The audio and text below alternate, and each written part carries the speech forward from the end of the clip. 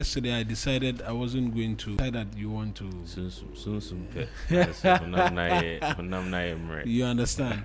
So I just decided I was going to retire very, very early and allow myself catch a bit more in terms of rest. So I can look forward to today and what the day holds in store for us. Even that, whilst I was resting, I was thinking about some stories that I'm supposed to follow up on today. So I can imagine deciding to read and do a few more things. But anyways, let's get into the newspapers, shall we? A number of them are here already this morning. I have the Daily Graphic and the Ghanaian Times as well. Big banner story on the Daily Graphic this morning. President unveils homegrown healthcare funding. 3 billion cedis unlocked from uncapped NHIS. The story is by Kester Abram Kranchi. He's their presidential affairs correspondent. He pens this one. Also on the front page, $1 billion cocoa financing plan to deepen domestic bond market. According to the Bank of Ghana, the governor, Dr. Johnson Pandit Isiama, is pictured on the front page as well. Ministry of Health set to recruit 6,000 volunteers for free primary health care. It's a story I want to get details of. And on the back page, Semenyo, Ghana ready to prove World Cup pedigree.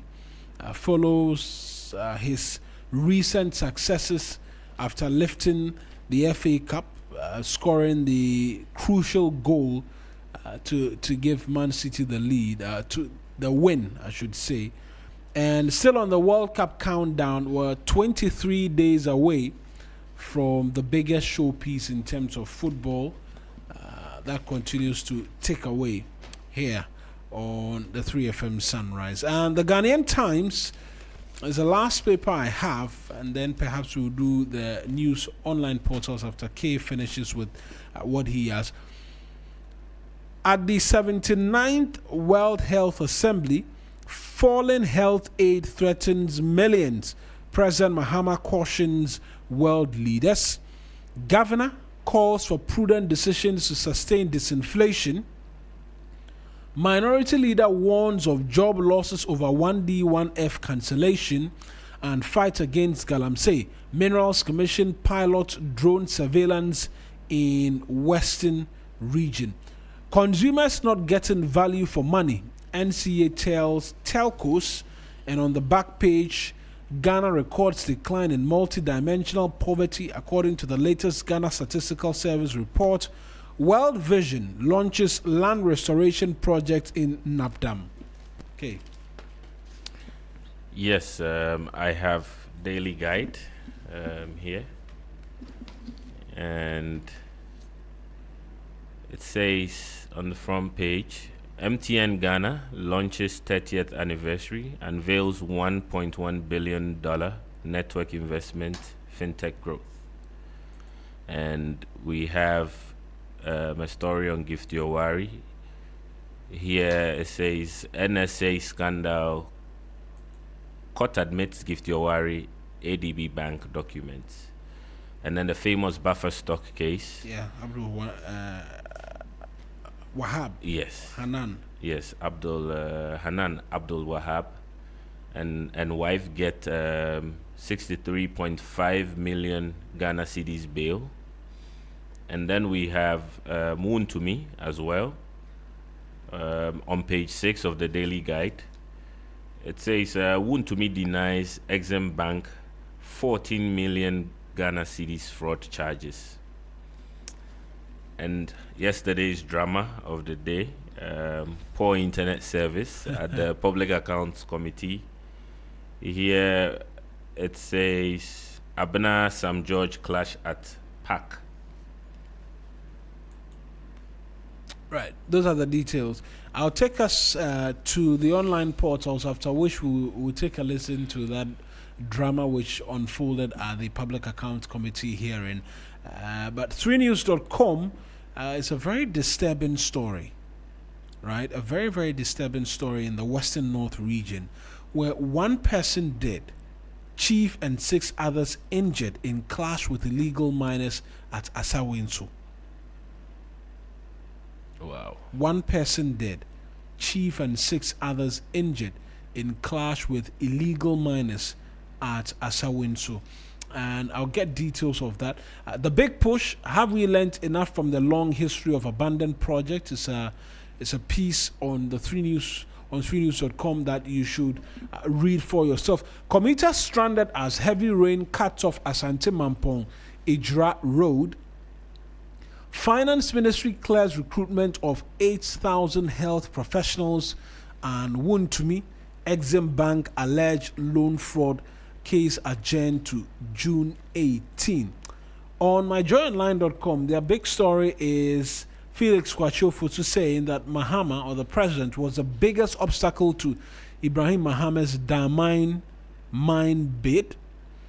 A bit more from him. Government seeks to buy 30% of gold from miners to boost reserves. That's according to the central bank. Mahama recused himself of a Daman mine deal. Kwachofutu rejects Ibrahim's state capture claims. And Sam George Abenao says are a clash over poor network service and delays in fixing results.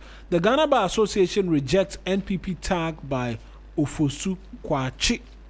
And on City Newsroom, Ghana risks outsourcing economic sovereignty and the IMF PCI deal. That's according to ISODEC, the Integrated Social Development Center. ISODEC, they've criticized the government's decision to enter a new IMF policy coordination instrument arrangement, warning that the country risking or outsourcing its economic sovereignty. A few more. Ablekuma North ranked best performing district in Ghana multidimensional poverty index. Loss-making SOEs fueling Ghana's debt burden. Dr. Richmond Ichiahine is saying this, and Thea Champon says IMF PCI to strengthen credibility, discipline, and reforms. It's a final paper which we have a digital copy of. Yes, Aviation Ghana says travel sector crisis deepens over credit delays, and GTDC expands influence with new tourism products. And then we have here government rules out compensation for bondholders affected by DDP haircuts, and Qatar Airways to enhance operations in Africa. Yes. So here's how I want us to start. I want us to start off first by taking a listening on that class from yesterday, right? And then after which I'll return and pick your thoughts on it, whether or not the entire debate is even, because yes, the network service may be poor, but did it have to go in the manner in which it went?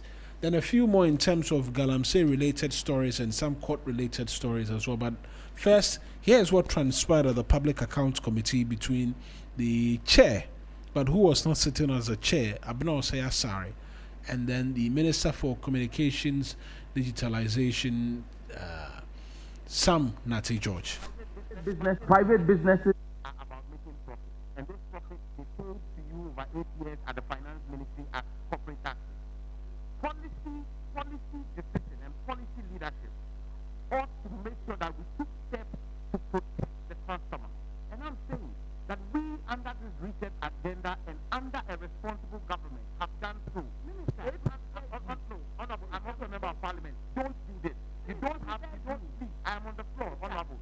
Let me make my point. No, you won't tackle me. Don't play sentiment. Until and unless policy decision is made, Honorable, you need to rein in the honorable member. This is being unruly. No, you're being unruly, please. This is the floor. No, you have asked me a question. I have the floor. You will let me answer the question. No, you would let me answer the question. No, you won't do that, Abena. You won't do that today. Let me finish. Minister, let me finish. No, you have not what you want to do. But you've not brought me here to talk down on me as well. Nobody's doing that. I listen to you go on. You want to do that as well. Respect me. We have 3FM 92.7. Give me the floor. Minister, Minister. Honorable, don't do this. This is our policy as well. Minister, respect me. So respectfully, let me land. We will let you land. Just a minute, right? Minister, respect you, let you land. Minister, we are not coming to repeat anything. Respect you, let you land. Please, when you come here and we address you, it is not that we want to take anybody down. Never. We go through and then we go beyond this. We go beyond this. It is not that we want to take anybody down. But Minister, the situation is serious. And that is all the sentiments I'm trying to carry across. And that's the point I'm making. We've given a policy direction in January. On the back of our policy direction, MTN is rolling out 800 new sites. Telecel is rolling out 350 new sites. Between those two companies, you see 1,150 new sites. However, that's why I said to you that this is engineering and not sentiment. When you ask an MNO to roll out a new site, there are steps that have to be taken. First and foremost, you need to do the acquisition of the site. Then you need to then make the requisition for the radio equipment and the cell site. Those are not things that are, for want of a better phrase, in a supermarket that you just go and buy. You place an order with an OEM. The regulator, the NCA, is going through this process. Most of the MNOs are receiving their BTA devices between July and August. So yes, we have made the request. We have asked them to take the steps. They have taken the steps. But it takes time for the 3FM equipment to arrive in the country. 92.7. And when the equipment arrives and they roll out the improvement, you will see the improvement in the network. But we cannot sit here after 10 years of failing to take action. Someone is taking action, and then you say that you want to see that quickly. So how many of the sites are they building this? This year, MTN is doing 800 new sites. Telecel is doing 350 new sites. So we're looking at 1,150 new sites this year. And I'm saying to you that over the last 10 years, from 2016, the average has been 223 sites per year. And so if this year we are doing 1,150, we are doing a 500% increase to try and cover. And that's why I'm saying that, yes, we all go through the challenge. But I'm saying to you that you cannot build some of these things into being with a snap of a finger. It takes time. And so I'm saying that by we get that order in the first quarter of this year, it will take about 3 to 6 months. I am confident that by the end of Q3 going into Q4, we would see a remarkable improvement in the network. That's the Minister for Communications and Digital Technology, Samuel Nati George, and the chair of the Public Accounts Committee, Abinose Asare, who was not seated as a chair because she's decided to recuse herself from the position of chair and be just an ordinary member when the matters come up in relation to her time, because these are considerations of matters during her time when she was finance minister, deputy finance minister, and what have you. Could it have been handled better is a question on the minds of a lot of people. Some seem to have been excited as to how it all went down. Obviously, things like this excite a lot of people. For me, the irony itself is a bit staggering. You know, we have a former deputy minister who was a minister at a point in time as well, you know, who helped supervise the era under scrutiny. You know, asking questions and asking very tough questions. Yeah, you know. she's asked a lot of tough questions. Yeah, tough questions, and it's expected of her. I think it's expected of her. There was a post. There was an interview post sitting, and the minister shares his experience with her personally, their personal relationship and so on and so forth, and how he was when he was on the other side. You know, it used to make life difficult. Yeah, for them. he was equally ruthless. So one will expect that it's a win-win for Ghana. For us, we as citizens, we always want the best. We want things to be scrutinized to the latter, so we can get the best out of it. But I also think that the minister could have, handled it better. Yeah.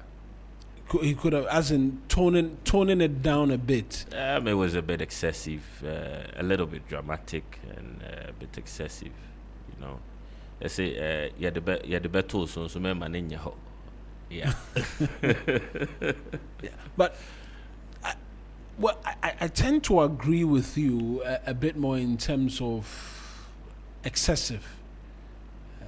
And I mean, that's his nature.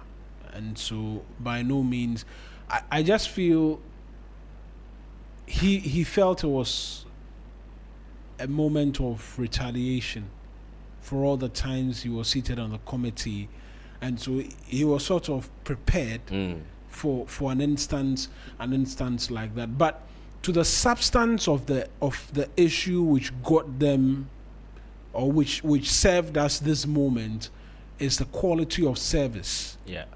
The quality of service which is being provided by the mobile network operators. Off the top of my head, I recall somewhere last year, the National Communications Authority issued a directive for the telcos to improve upon bandwidths in areas and what have you. We haven't gotten an update. I think one of the papers mentions the NCA raising concerns as to a certain quality and what have you. But it's instructive, the point the minister makes as well, that is if all he said was actually true, that in 8 to 10 years, mobile network operators actually directives were not issued for them to improve upon services. I'll be very surprised if that were the case in the last 8 to 10 years, because he makes a suggestion in that light that, look, enough investment has not been made over the course of the last 8 to 10 years to improve network efficiency and delivery. Yeah. I find that... I think even the deputy minister as well, somewhere last year in October, you know, he echoed a promise that directives had been issued and the network situation was going to get better. Yeah. And they were going to follow up on it judiciously. But, I mean, fast forward, we're still having the same problems. Exactly. I mean, I have family in the deep rural and friends across. Oh, you're talking deep rural. I'm talking about Accra. Areas around Ablekuma. Yes. Uduman. Yes. And what have you, Afuaman. Network reception is terrible. It hasn't changed. I mean, sometimes the voice is you can't even hear the person on the other side. You have to really. And this is Accra. Yes. This is Accra. These are areas I know very well. I can decide I'm going to see my mom today, and when I get there, immediately I get there, you can call me and it will not even come through.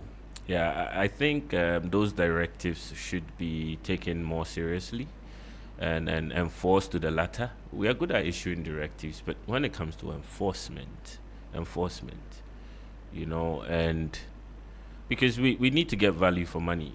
It's one of the problems that customers suffer from our telcos. Are we getting value for money? And to speak to some judge's way of handling the matter to a certain extent as well, I also think the Public Account Committee can do a lot better. I mean, when you ask a question, allow the individual answer. You need to allow them to respond positively.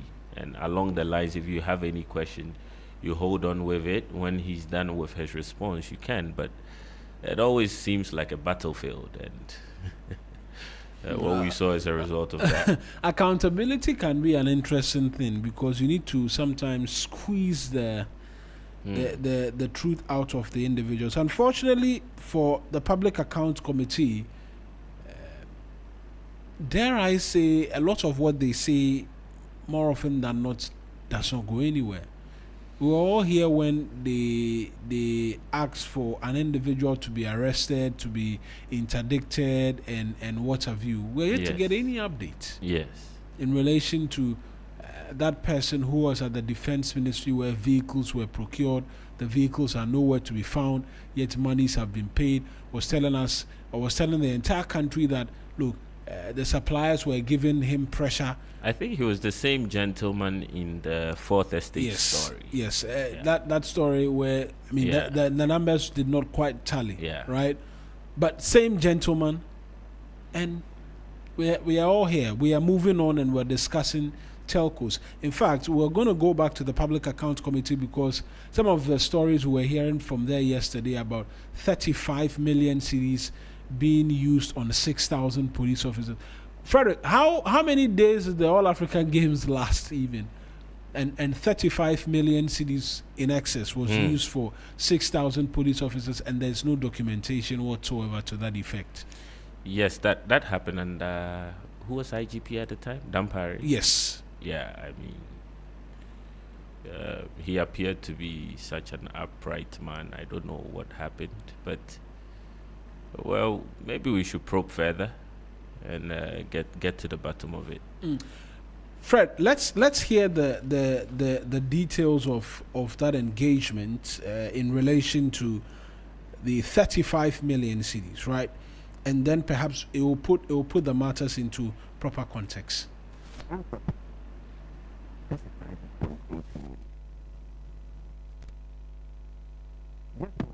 6,000 police officers.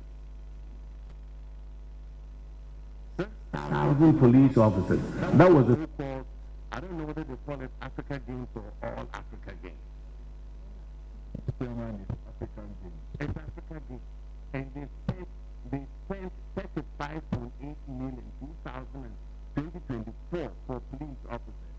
And we don't have documentation of it. How? Minister of Sport. How?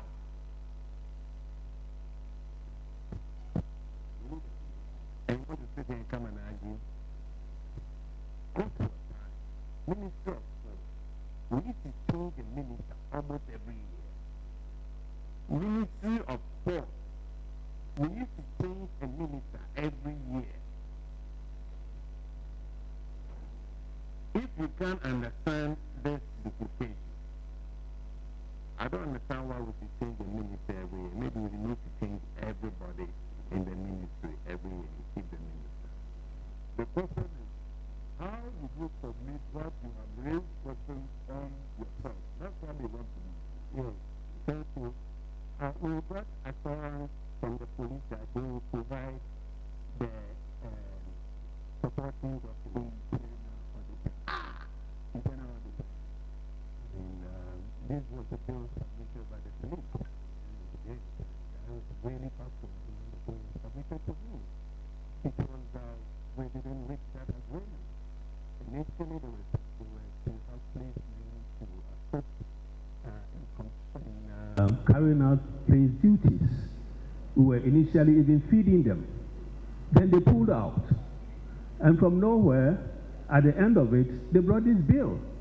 And I wrote to them to justify why such a quantum. And they couldn't justify. So that is where we've gotten to. I was shocked to the marrow with the kind of bill they brought. And I said, please give us justifications and break it down to support what you are claiming.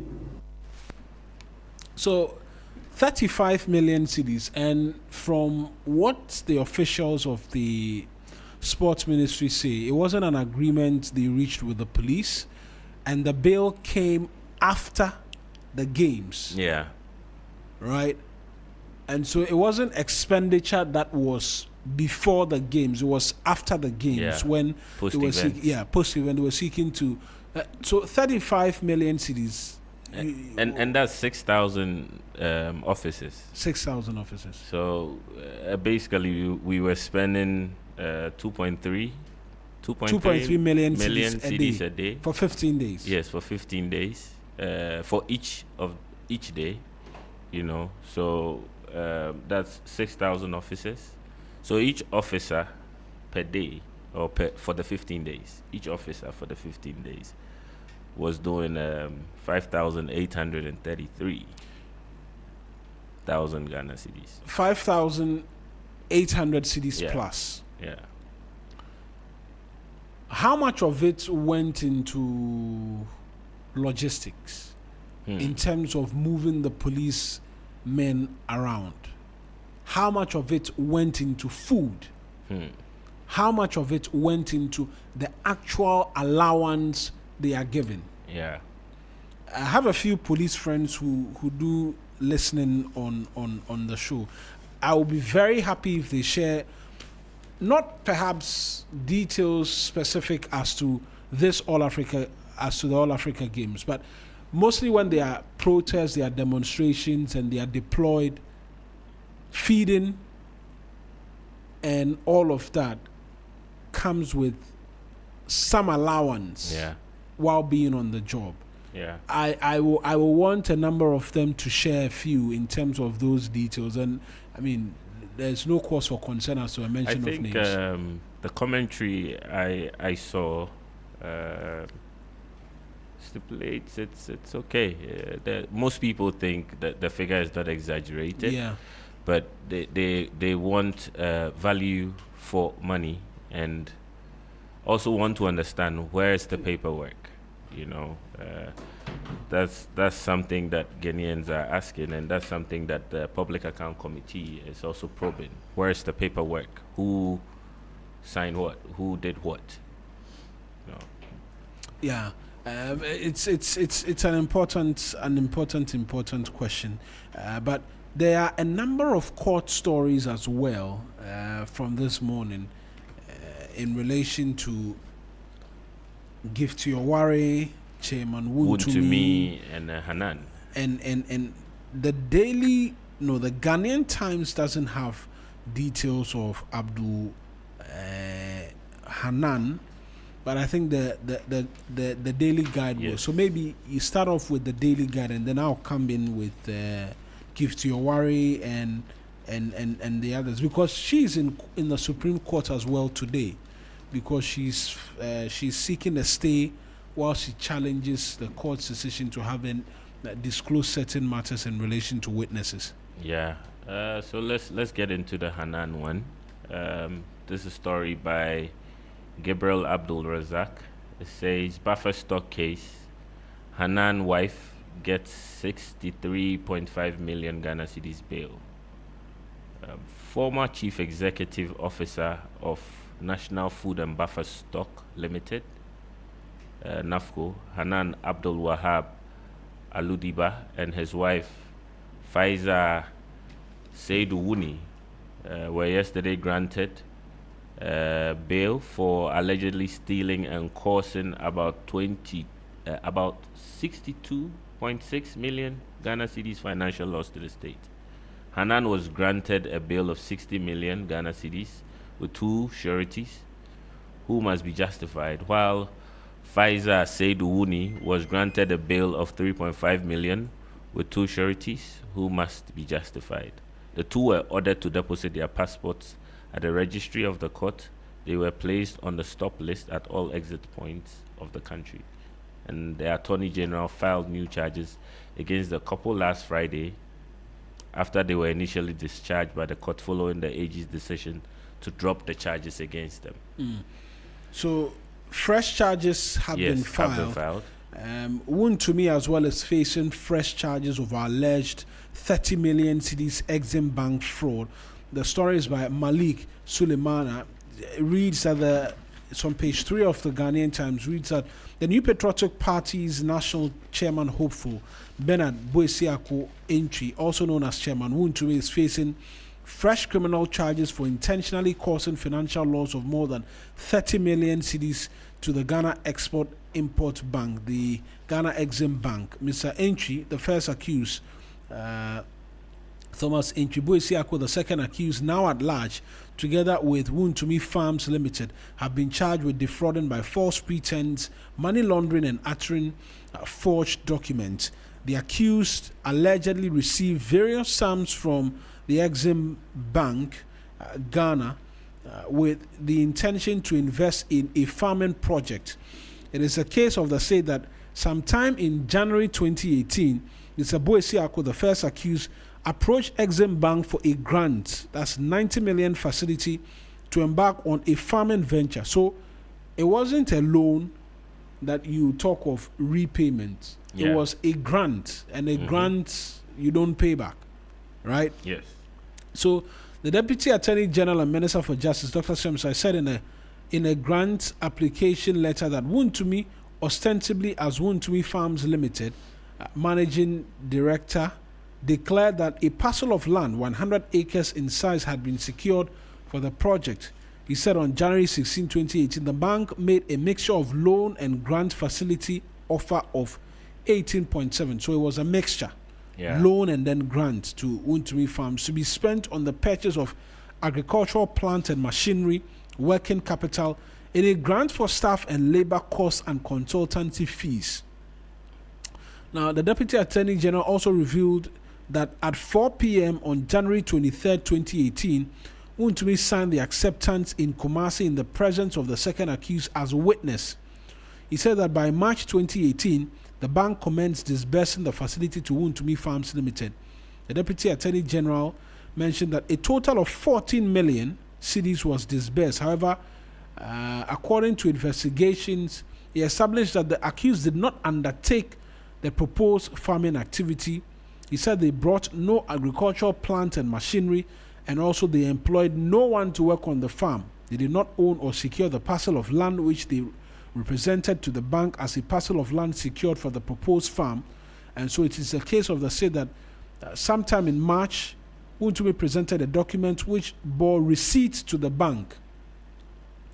And it disclosed that Wontumi presented the document as evidence that Wontumi Farms Limited had purchased 4 million cedis worth of agricultural plant and machinery for the farm.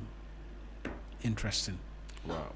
Interesting. And so they made representations that we have purchased, we've secured a parcel of land, and they presented a receipt. This according to the state.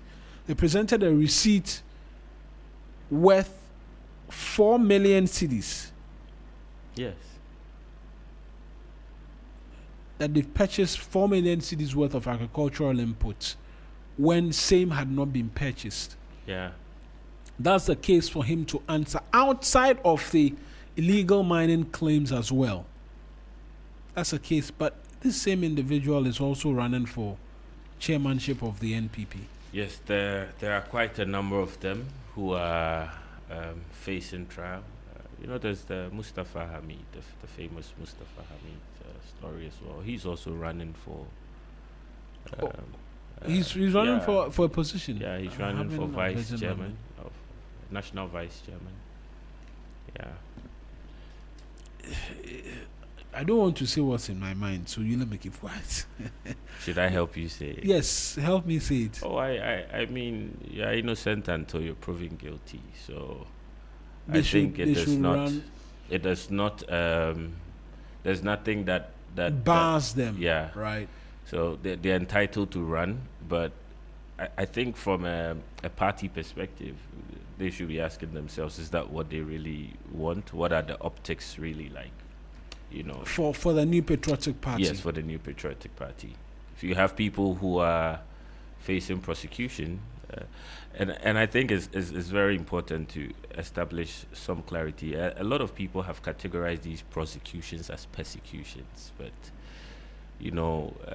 these are prosecutions that will go through the mill of justice, and we are sure that justice will be served. But what do the optics really look like for the ordinary Ghanaian? For the ordinary Ghanaian, we're asking ourselves, why are the same people being fingered in most of these scandals? So much zeal to run for office. Yes. I think it's a question for the delegates of the NPP. Yeah, as to these are party executive hopefuls, and the elections come off a lot later this year. It's a question as to if they want to have a cloud of prosecutions. I don't like to call it persecutions because per what it is that we are being told. Yeah, even that, the Hanan case itself has metamorphosed into. I think that has to do with the withdrawal of the case. Yes. Their subsequent arrest and what was a difficulty in granting them bail. Yeah. Making people draw inference, and that's why I think a bit more can be done, or it can be done a lot more tidy. It could be tidier, right? That's what I'm looking for. It could be tidier in terms of how all of it is carried. So when you withdraw, you rearrest, the person is already on a bail, right? Their passport and all that has been seized. It shouldn't take another 48 hours to have them dealt with and then granted bail again, because you have them on bail on one aspect. Their passport and all of that has been detained, and that is what lends room for persons to say that this comes off as persecution and what have you. But outside of that, but within the legal fraternity, it's a normal process. I mean, in the course of investigation or prosecution, if you come across new evidence, you are expected to do the needful, procedurally needful.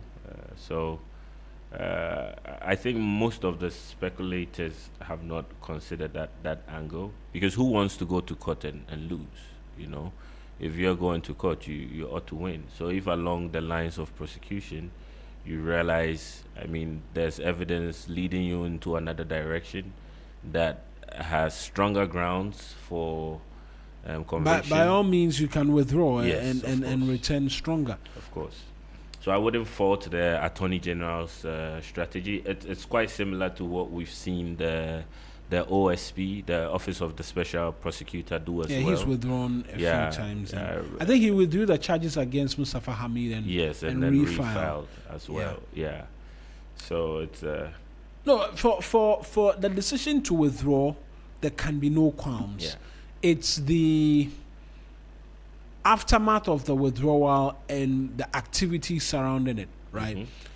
Which I think gave room for concern as to, yes, by all means withdraw, but when you rearrest the individuals, it shouldn't.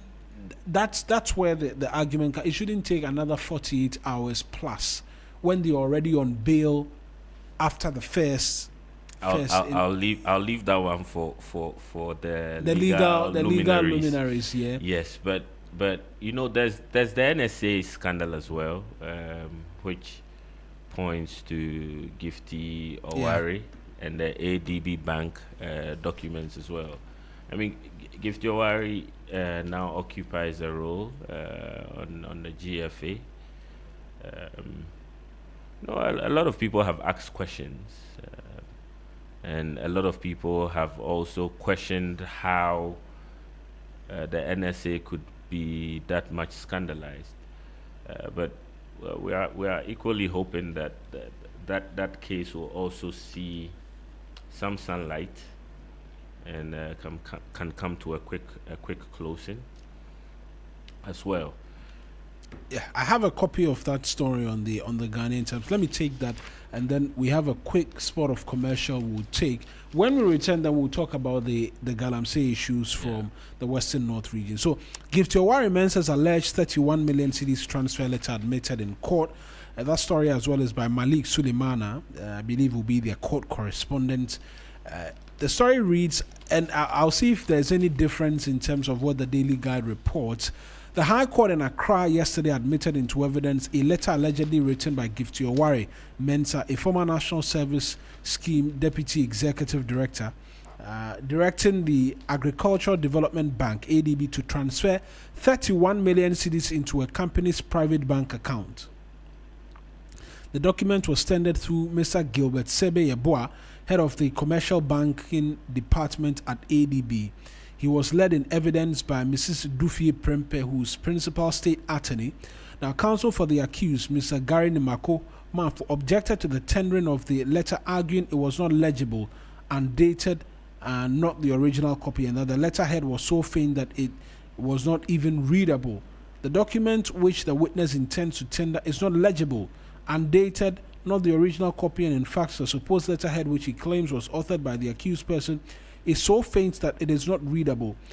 Nimako Mafu complained. However, Justice Audrey Kokuvite, presiding, agreed that the copy before the court was faint, but admitted the document subject to the prosecution filing a clearer copy. And pretty much the story. And so the document which provides some detail as to, because remember the AG says investigations revealed that she was diverting, or she transferred some of the money into a personal account. Yes. ADB has tendered in what is documents which supports that claim. Yeah. In the ongoing trial. Mm-hmm. And is it any different from how the Daily Guide reports it?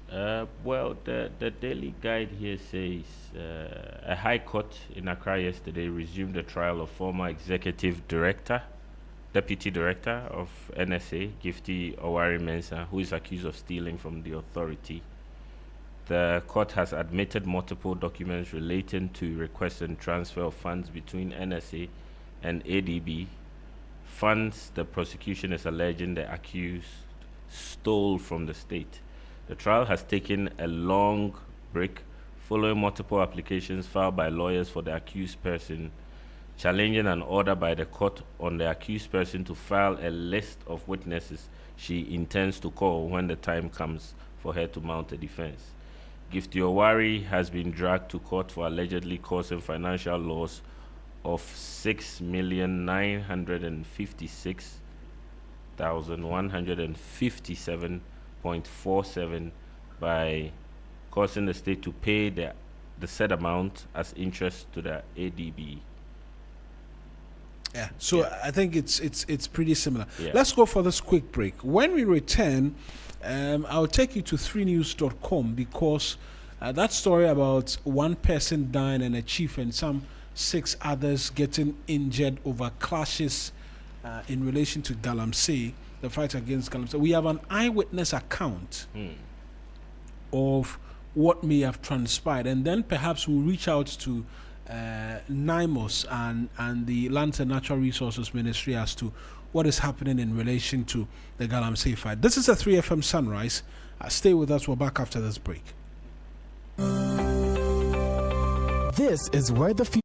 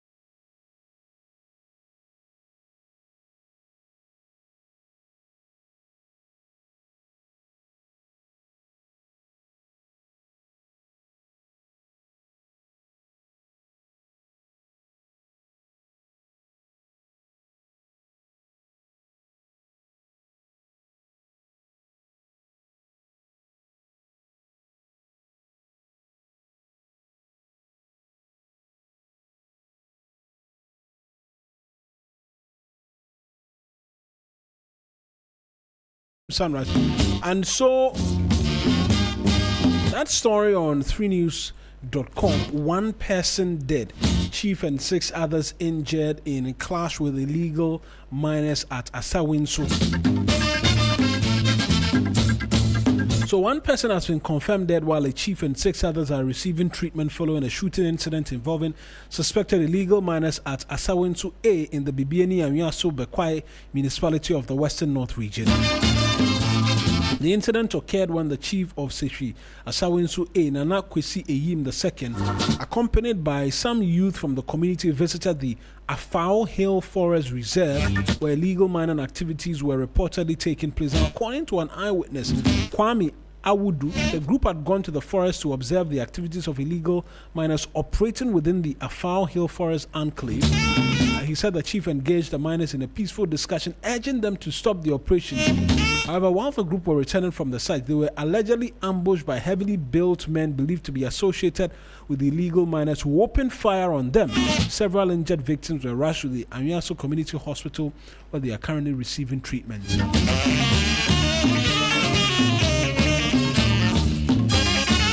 And we have the eyewitness who saw the incident, as well as my colleagues from Ghana Tonight engaged the NIMOS team as well. So we'll get into that. First, let's hear from the eyewitness as they spoke in relation to what transpired. Here's an eyewitness account of how it unfolded. I said, but so when I started so, in 1980, so be it necessary to go ahead and say, I'm not, but we are popular. Until 19, then I said, but so when I started so, in 1980, so be it necessary to go ahead and say, I'm not, but we are popular. Until 92, you would be a cheat, then in a boy. Yeah, 9 and a boy. The energy side to be for us now, no more galamsey. The prayer number she's who are a human. Until we say a dose no most of machine. And I have been on ban and no more income. The former and by no say. One of the ultimate Nanankas and your friend in Penny 4. And the Kazakas and bear Simodum Luciana, finally by it. And the one of to pass. And I be a young to pass after a United Tijuana, finally by it. And the finally by no Casana. Yabato had the intimate Casao, a Ullo in the area, young coffee and young pudding come, they will be a ready. Yabeka. No. Every few Queman and Confront to share so. It's you and it's a kind, it's your KB. Planning for your life, will be a Johnnie. But for the meantime, no Casadia, Nipabe, Lumens, and the Tuna Cow, I ain't any Crano. The Tuna Canibia, in himself, the emergency. It will be a cost well, some so are. May you crew, I'll feel with you by NCA. On them run TV, Moyanity said, a month will be 2 from a good year, a quiet. I something so. Until on them run here on a run TV or wire, walk over your meeting a chinenico. To a more some cock of Pamo Rantiano. And you do honor. I'm saying, and I don't take him out, be possible by say, a Jumano or can be inside the home refi, some mechanism, not the Okan Monka. To move for Manam Quans or mobile penna. Rantier, Umkita, Sikani, 2 some film free, no more to share Mosua. I mean, I said the one I can confirm, say, but I couldn't put it to a camera or films. See, I know, say, doctor for confirm actually say, but the air may see, when you're in fever, they are sending here, films here, and no place, Saturday in the course. Any blessing, say, Cassie, giant rantier, say, a month for a more pay and show some more, the missing yet. But the weekend, say, I will run number, and it brings swabber, but Ning I am with it.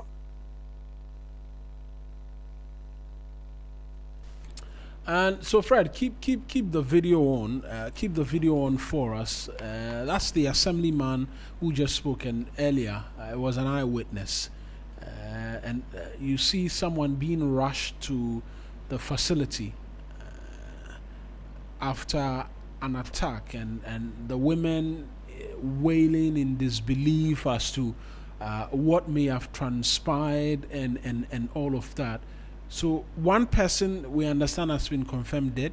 Wow. And the chief as well as 6 others. So in all about 8 persons. But the eyewitness tells us he was a part of the contingent of young men, and it was a peaceful discussion.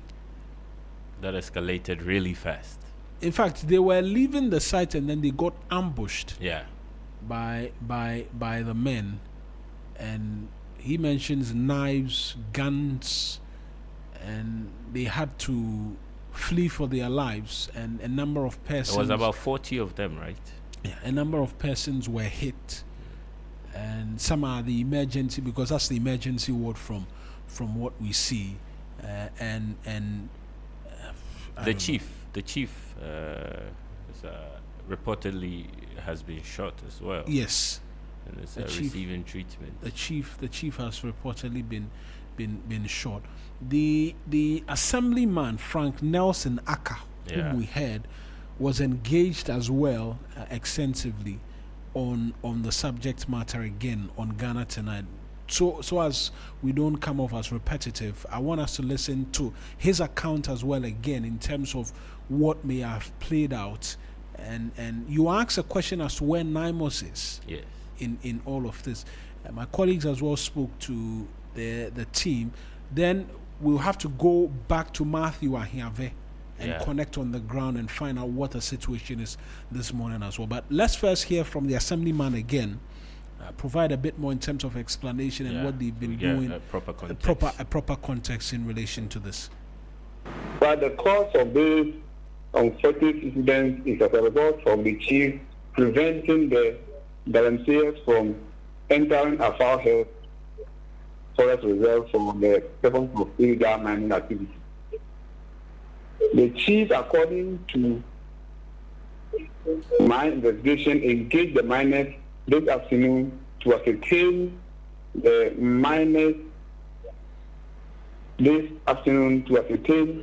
the ownership of the site and the person who gave them the authority to work in that area. However, while the chief was interacting with them, the owners of the site came and asked him to go to the house for negotiations. Upon returning to the house, they were ambushed. They were ambushed by heavily built man believed to be associated with the illegal miners. In fact, this evening, the youth, if not my intervention, they had even gone to the site and bent their excavators. To come to a science this evening, it's not easy. It's not easy at all. I see. The community must be devastated, Frank. Indeed. And I want us to talk about the people who are injured. How are they doing tonight? For now, about 6 of them, they are receiving treatment at the Agnaso Community Hospital, including the chief. I see. And this person who died, how old is he? Or was he? He's 36 years old. Say that again? 58 years old. 58 years old. 32 years old. I see. Yes. How is the assembly handling this issue? Have any arrests been made at all? So far, the owner of the site, who is popularly known as Obede, has been arrested to assist the police in investigation. I see. And in terms of their activities in the Afar Hill Forest Reserve, how long has it been going on? In fact, according to the Forestry Commission, we spoke to them this evening. They were saying they were working close to the Forest Reserve, but they don't know these miners. They can do everything, so they will go there to. They were working alongside the entrance, but I'm told they had entered the distance, but it's not long. Is this? And again, let's establish: is this an illegal mining activity ongoing in the forest? Yeah, they were working close to the forest, but these people, when they can enter the forest at any time, if they are not careful, they can go there at any time. But they were working along that entrance. And how long had they been doing that? Do you know? In fact, I heard they were working around that area about 2 weeks ago. I heard them working, but I asked and they told me that they were not in the forest reserve. But myself, I have not been there. I see. So what do you plan to do now? Now the case is before the police, and the youth are just made an announcement this evening to meet the youth tomorrow as early as possible to have work with them. Frank, we'll leave it here. Thank you so much for talking. So that was the assemblyman on the subject matter. Yeah. A bit more in terms of questions, right? And you've been asking a number of them. I want to hear you on that. Then I'll connect with Matthew Ahiave on the telephone lines as to what the situation is this morning. Yeah, I mean, what comes to mind immediately is NIMOS, because NIMOS seems to be the Power Rangers in our fight against galamsey. So when things like this happen, you are asking what is NIMOS doing about it. But NIMOS itself is not omnipresent in the fight. They are not everywhere. They are not omnipresent in the fight against galamsey. So probably this happened on their blind side. But I can fathom how a chief who is the custodian of the land decides to support the fight against galamsey, decides to support government's call against the fight against galamsey, and organizes the youth to investigate some of these matters, and then just when they were supposed to be making headway, they are ambushed, brutally assaulted, some shot, one dead. It's devastating, and it's a dent on the credibility of our fight against galamsey. I mean, if we cannot protect our traditional leaders who willingly, because there are the traditional leaders who have been alleged or who are allegedly allowing some of these things to happen. So if we have traditional leaders who are showing up, who are taking responsibility and owning the moment and saying, no, enough is enough, let's organize a community task force or a community watchdog to go and look into the matters ourselves. We go there and they are ambushed and assaulted, several shot, one dead. That's devastating. Matthew Ahiave is my colleague who covers the Western North region for us.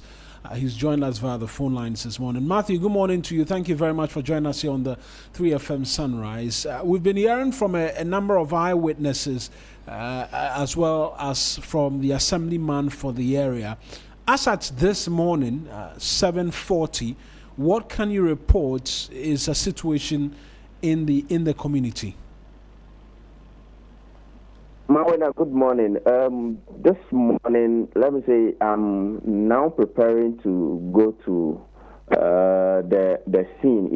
From where I am to where the incident happened there is quite a distance, about an hour or 1.5 hours to the place. But then I spoke with the assemblyman this morning concerning what is going on or the current state of the area, and he made me aware that the area is cool as of this morning. But then yesterday evening, the youth went to the site, went there to get some equipment or some machines bent and all that.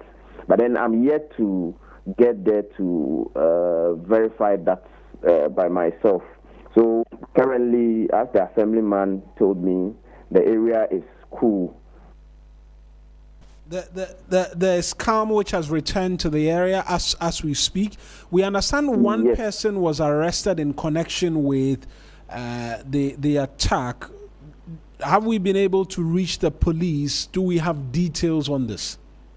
Yes, I've not yet been able to get there, as I'm saying, and then the person who was being arrested, I understand he was just invited, or the police invited him, and they got to know that the said person wasn't even around when the incident happened, so they have to let him go. But then I spoke with one police officer, and he told me they are working around the clock to get to the community to do more investigation on that. In speaking to the assemblyman, and yesterday you were there, and so you were able to connect with eyewitnesses and all of that. Is this something they do regularly? This citizen vigilante wanting to protect their own environment, is this something they've done regularly? Yes, Mawuena, when you come to Western North region, galamsey, the issue with the issue of galamsey, let me say yes to that, because any small place or any small illegal mining site, you see at least one or two people with guns and cutlasses trying to protect the site. And even the bigger ones, and the entire region is, let me say, being noted for this vigilante thing. So, thanks to the new regional police commander, he has, made it a point that anyone found with such ammunition will face the law. So, currently, I can say it's a bit down, but for some time now, as NIMO's operations was being intensified over here, the galamsey issue came down, and this vigilante thing came down. But then, for some 2 months now, I can tell you that galamsey is rising at a faster rate over here in the region again. So that means automatically this vigilante thing is, also coming up right now as I'm talking to you. Right.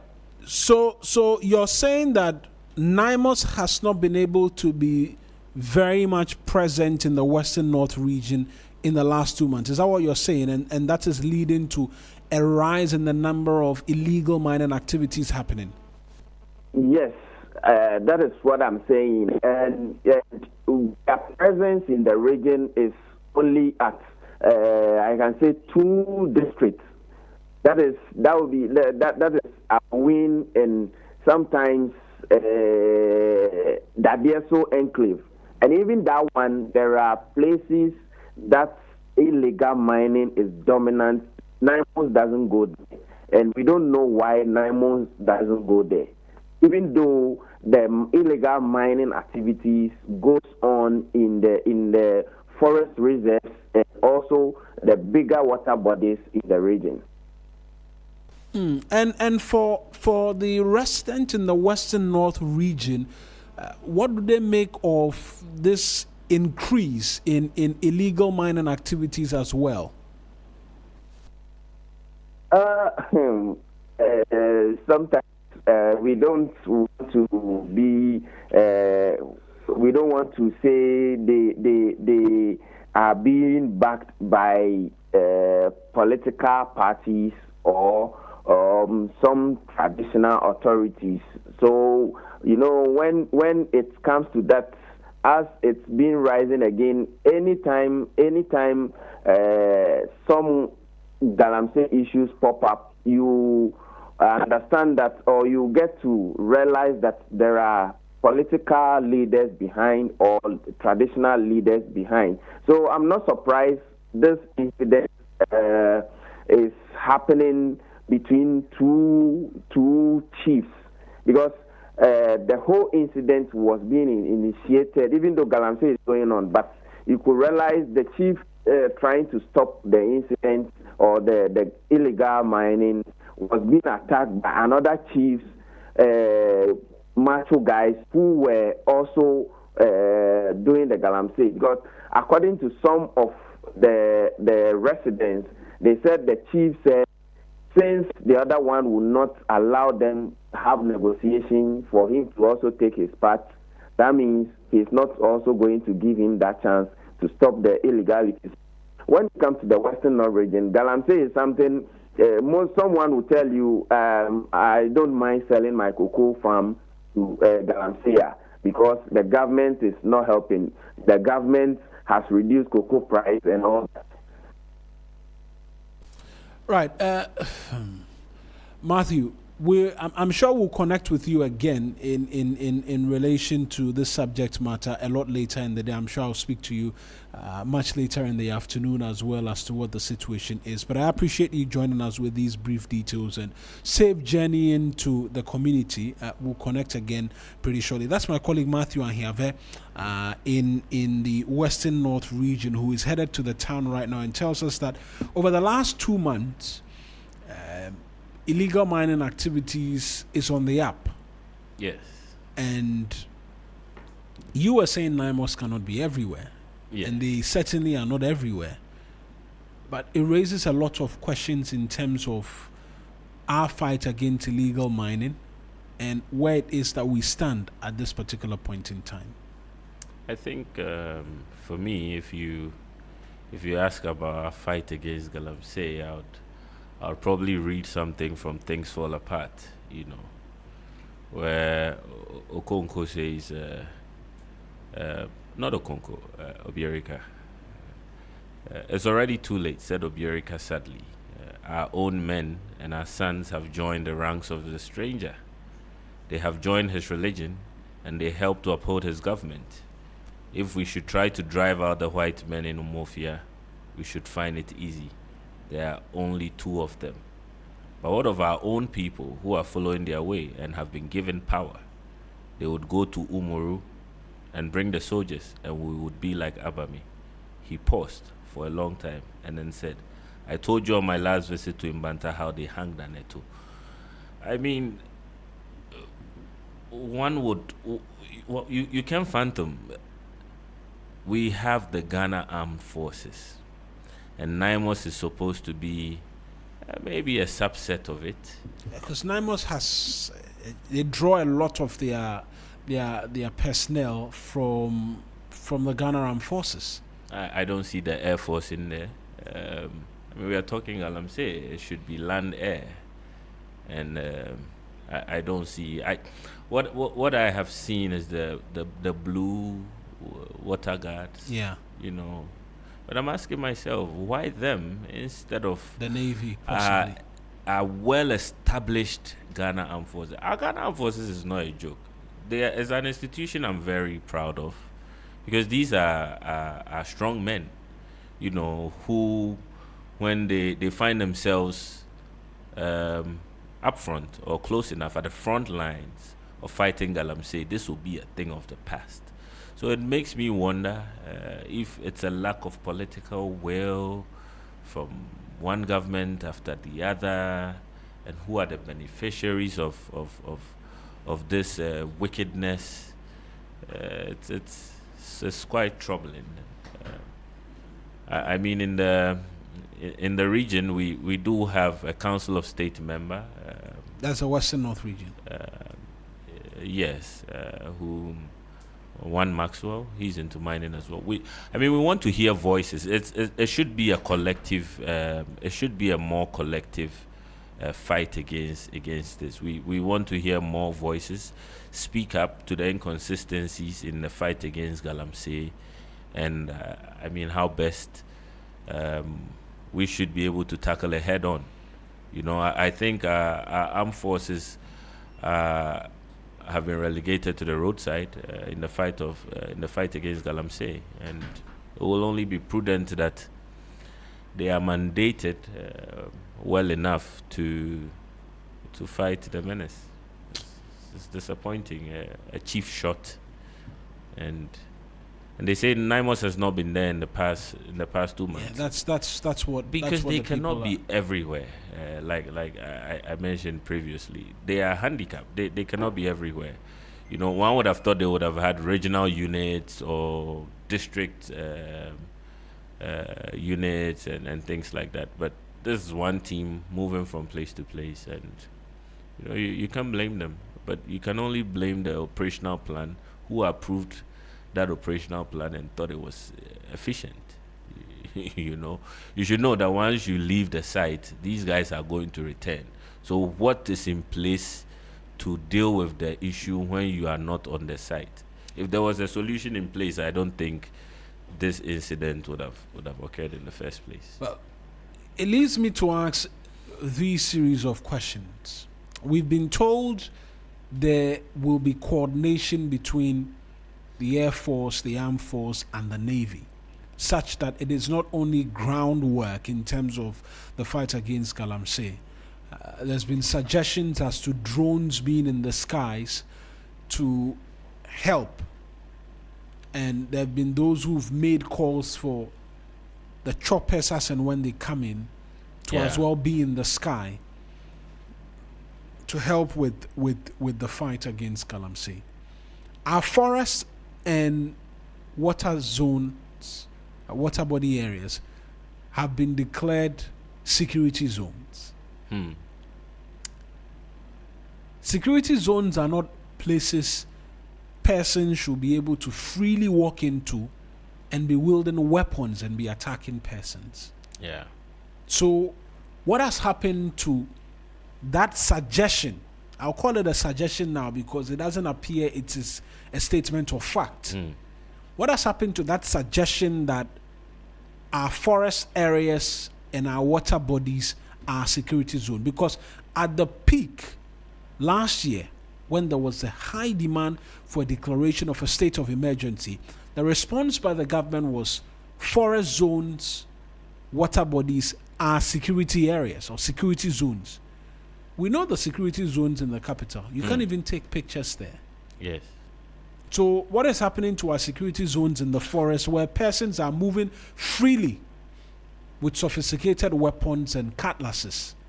It looks cosmetic to me. I mean, it looks cosmetic to me because one will ask, if we cannot deal with galamsey locally, can we deal with an insurgency? Can we deal with a bunch of terrorists trying to hold this country hostage? Maybe that people will not be profiting from it, and so they can deal with it head on. Because it's very obvious there are persons profiting from So this. it's already too late, said Obiorika, sadly. Our own men have joined the ranks of the stranger. Right. Beleshen is here. Sometimes when you talk about these matters, I don't know. He's here. He'll do sports for us. He's a very excited Arsenal fan, as they've inched ever so closely to securing a league title. It's all ending in a lot of praise. Not landing forever, whatever the weather. The streets are our own. Absolutely. Yeah, and my heart will leave you never. Fair enough. Mawuena, I'm a Bando Hearts of Lions fan. Yeah. And a diehard Swedro All Blacks as well. Oh wow, Swedro All Blacks. Yes. Oh, they are they might get relegated though. I mean, it's football. That's the beauty of it. I mean, you win some and you lose some. Yeah. Locally, it seems my people lose a lot, but it will get better. I'm a Heart of Oak and Bando Heart of Lions. Yes, a bit of it. And until recently, Hokwa United, who decided to ditch the entire league. Yeah. But outside of the shores of this country, there can only be one club. Which one? Chelsea Football Club. Oh, then you are my brother. Yeah. Chelsea Football Must Club. be nice. Blues. I mean, I fell in love with Chelsea because of ACN. A lot of people fell in love with Chelsea because of ACN. He brought a lot of finesse and confidence to the game, and it helped some of us. At the time, we were young, very young men. Yeah. Yes. Fair.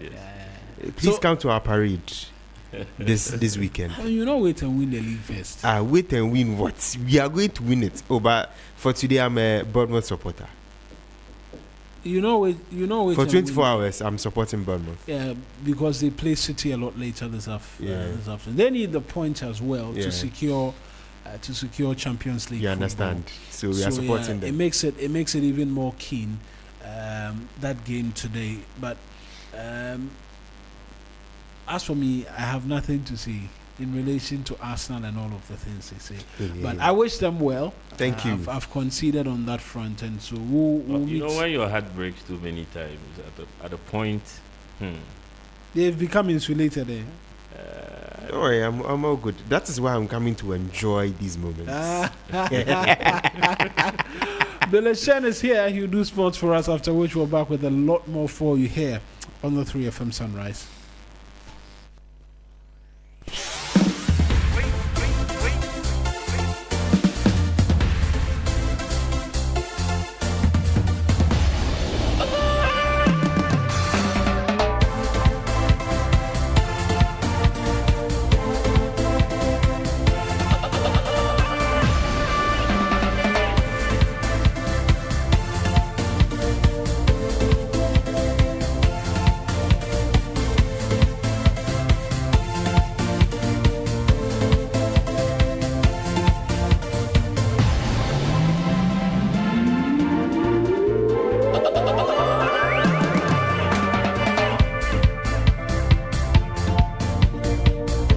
Hello, good morning and welcome to Sport here on Sunrise on 3FM 92.7. My name is Bill Ishen.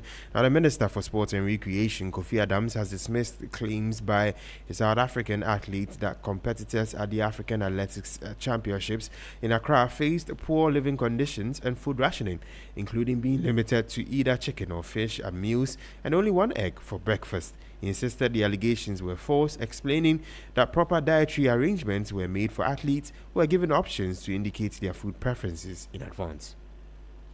There was absolutely no problem with feeding. You see, the problem I have with the media, you speak with an athlete outside who first started by saying he was given half egg.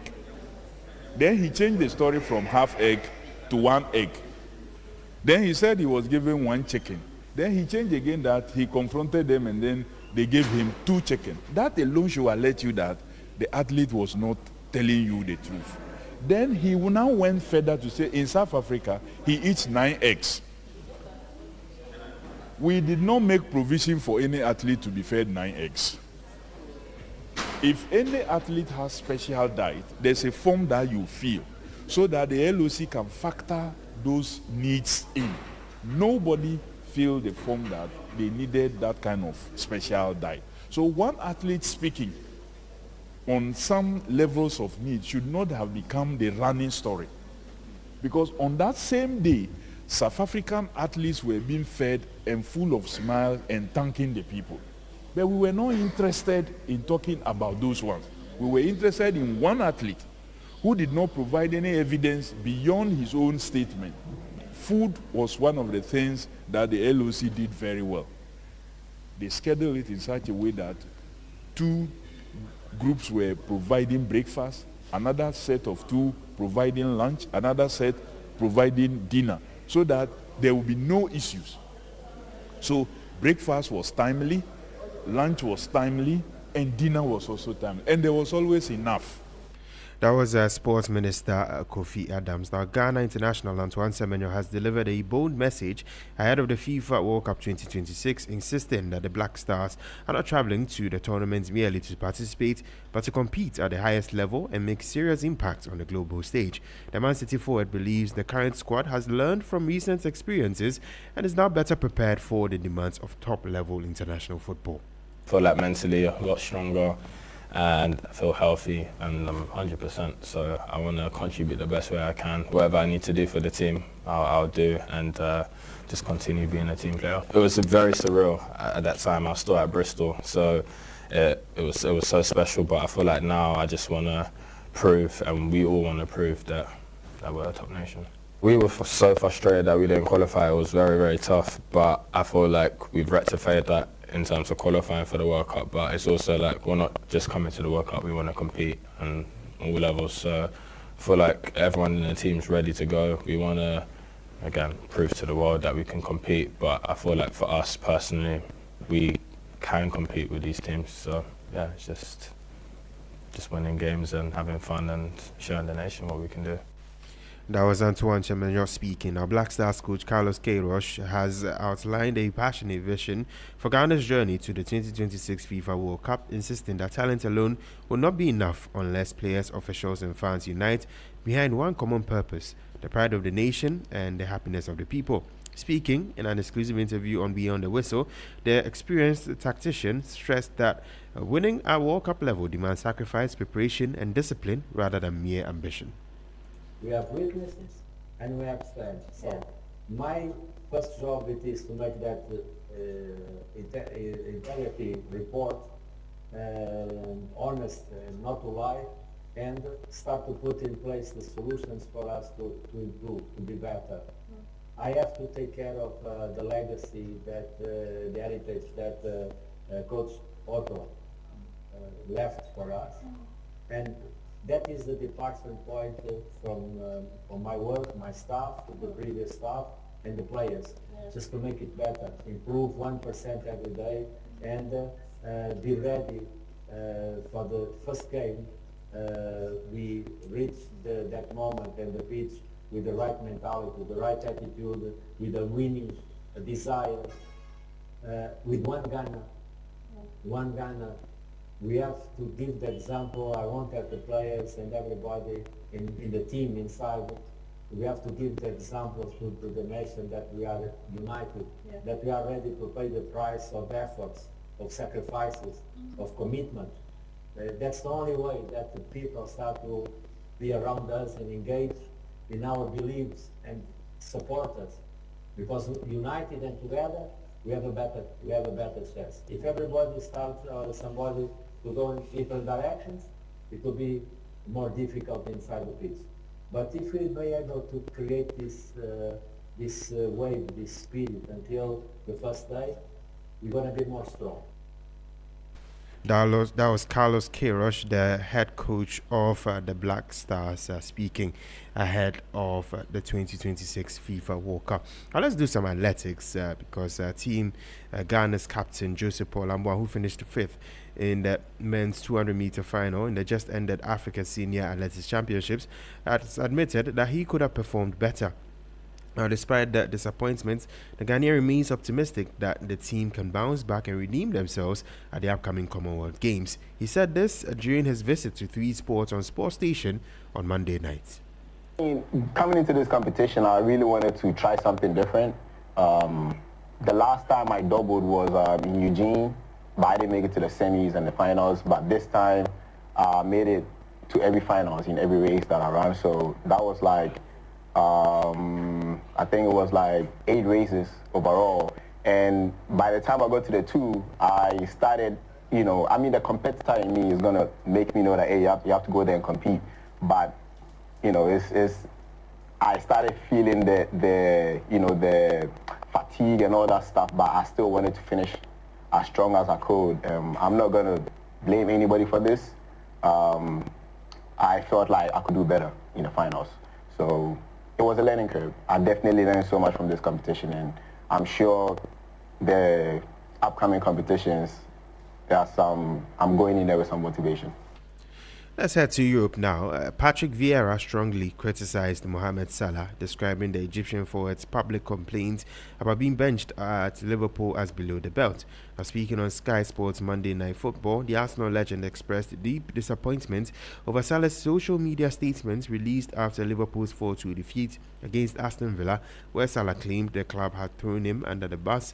Vieira argued that such comments show a lack of respect and directly harm both manager Ancelotti and the team.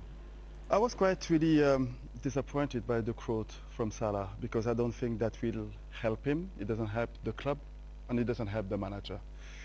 I think it is a lot of frustration from his part because he felt that he didn't contribute. I think there may be a frustration from his side.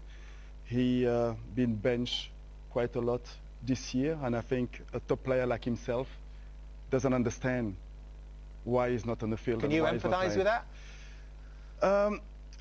Listen, when you are a player at that level and you never be benched, it's really difficult to understand why I'm not starting. Players like that, I think he get a time where the best decision for him is for him to leave the club. And I think the manager or Liverpool Football Club should make Salah leave last year. I think he was the year too long before him leaving, and there's a lot of frustration, and the quote, I don't think it's the right time. We can understand the frustration, but this is below the belt, and I'm really disappointed by that comment. I don't think the Liverpool Football Club deserve this kind of comment. Now, Arsenal are on the brink of ending a 22-year wait to win the Premier League after beating Burnley 1-0 on Monday to open up a 5-point lead at the top. Kai Havertz headed in the only goal, but was also lucky to avoid a second-half red card that could have swung the title race back in Manchester City's favour. The Gunners could be crowned champions today if City fail to win at Bournemouth. Now, Mikel Arteta is manager of Arsenal, and this is what he said after that nervy game. Yeah, we knew it was going to be tough, and especially when you don't close the game in the first half with the chances that we had, it was going to be difficult. You can sense as well the tension and how much it means. So, yeah, very happy. Didn't concede, I think, anything, but yeah, one in the Premier League, any situation, the opponents have so much quality, and you never know. And yeah, it's another massive one to go. If we divide it into halves, how good was the first half? And although the goal took a while, did you always have that sense it was coming? Yeah, I think it's one of the best football that we played this season. It was really good. I think it should have been 2 or 3 goals, and the game would have looked different. But that's the quality as well of this team, that if you're not able to make the difference by 2 or 3 goals, we certainly have the tools to make it very hard for the opponent to score. That was Mikel Arteta speaking. Now, meanwhile, City travel to South Coast later tonight to face Bournemouth, buoyed by the FA Cup triumph over Chelsea at Wembley on Saturday. Pep Guardiola is the manager of the Citizens, and he believes the game won't be easy, looking at the recent form of the Cherries. The last years have been a real tough games. And, last season was in the Premier League. That was one of the worst defeats, of worst performance. I think expressed that game, start everything like we lost for the 8-9 years, and at the same time when we played quarterfinals, the FA Cup, before to come back to Wembley last season, we played really good. So we'll see which phase we can do tomorrow. But of course, so we have 3 days. They have 10 days to prepare that game. They played to qualify for the Champions League, so I think they have an argument to be the best version of the best performance of Bournemouth. I'm pretty sure it's going to happen. And when you arrive in the last fixtures, when you play for something important, the opponent already don't play for anything, so it's easier. So that is not the case tomorrow. So I'm pretty sure 10 days just thinking on us. So now we start to think on them. So, but it's what it is. When the people say, you know, play in the same conditions, never. In the teams we play in Europe, so in the last stages always you play in different conditions, but we are used to. It happened in Chelsea, have 1 week to prepare the final, we have 3 days to prepare the final, and tips and so on, but at the same time, yeah, we'll prepare the best way, knowing. That was Pep Guardiola speaking. Now, Tottenham Hotspur manager Roberto De Zerbi has called on his players to use taunts from their rivals as motivation in their fight against relegation from the Premier League. Now, Tottenham, who are 2 points above West Ham in the final relegation spot, need 2 points from their remaining 2 games to be sure of survival, though 1 point will likely be enough thanks to a vastly superior goal difference. Now, Tottenham, who were last relegated from the top flight of English football back in 1977, will take on London rivals Chelsea later on Tuesday and can expect to hear plenty of chants about their dire campaign. We have to play with confidence, because in the last 4 games, in the last 5 games with me, because we didn't deserve to lose the game in Sunderland, but in the last 4 we made 8 points, and if you analyze the performance, I think we could make more points than 8. And for that, we have to be confident, to be positive. Anyway, we can't forget 1 month ago what was the situation. We are not safe yet. It's tough in Premier League. make points. Make 1 point is tough because all teams fight on the pitch. All teams are very tough to beat. But we have the quality enough, and we have to show the quality with the right mentality, the right spirit. I want to see courage on the pitch, try the condition to win the game. That was Roberto De Serbi speaking. Now, Brazil superstar Neymar was handed a dramatic recall to the country's World Cup squad on Monday, returning to the national team after a near 3-year absence. The inclusion of Neymar, Brazil's all-time leading scorer with 79 goals in 128 appearances, was the biggest surprise in the 26-man squad named by Carlo Ancelotti. The forward, a veteran of the 2014, 2018 and 2022 World Cups, had not played for Brazil since suffering a knee injury during a World Cup qualifying game against Uruguay in 2023.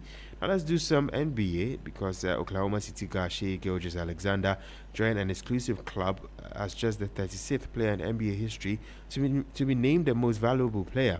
Now on Sunday, just 4 days shy of a full calendar year later, he joined the club within the club, becoming only the 16th player to win multiple MVP honors since the award was introduced in 1955-56 season. And this is what Shai said after winning the award. Yeah, I just always keep that front of mind. Whenever, like in the heat of the battle, in the heat of emotion, like you're gonna veer off from that. But I always try to keep that in front of mind. Like if it's something that I can't control, then there's no point in me harping on it.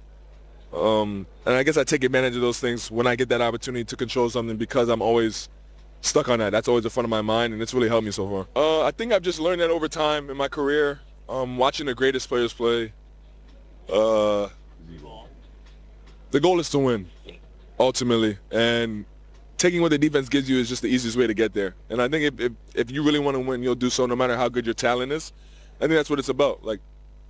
That was Shai Gilgeous-Alexander speaking there. And that brings an end to sports here on Sunrise on 3FM 92.7.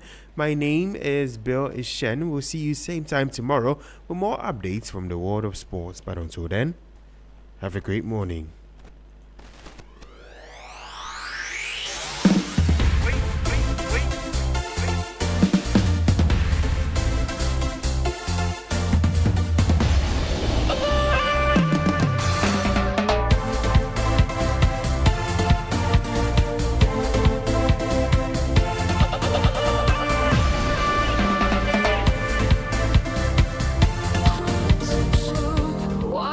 Yourself from germs and bacteria with confidence. Cleanse hand soap effectively kills 99.9% of germs with every use. Perfect for all your hand washing moments throughout the day.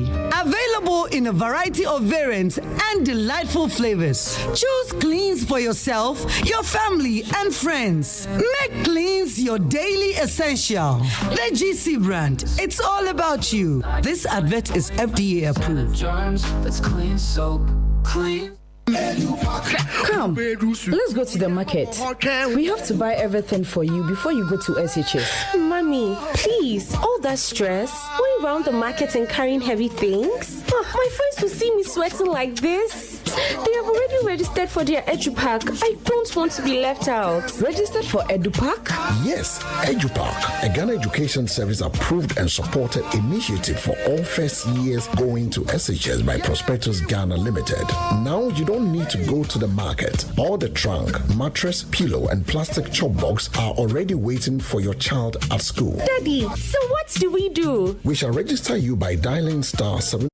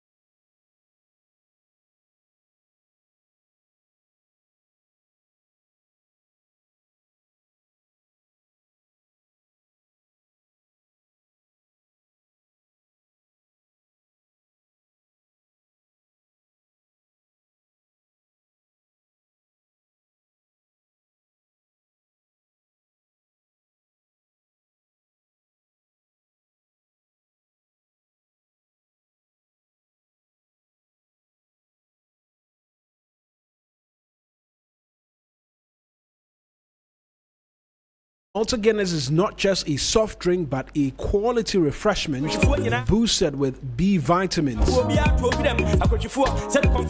Charge forward towards your goals with each sip of its nourishing natural goodness.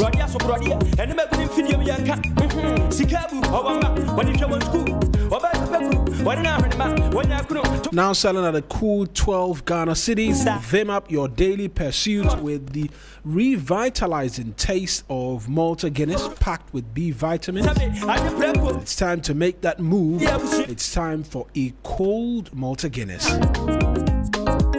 Now remember to always look out for the proudly made in Ghana symbol on every bottle or can of Malta Guinness.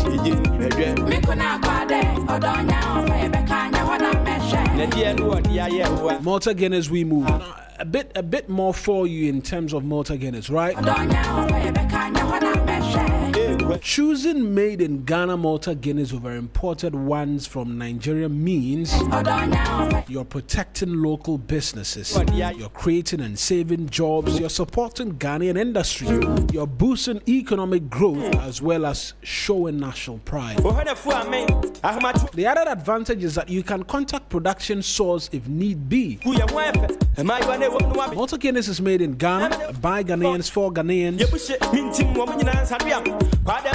It's lower in sugar and it's brewed for the Ghanaian taste buds.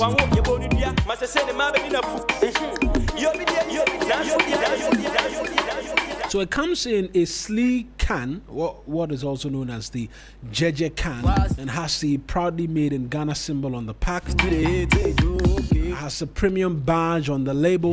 That's how you can identify that it's proudly Ghanaian. Okay, I'm here to last, not to carry last. Manifest the God with a funny laugh. Bad man tin till I retire.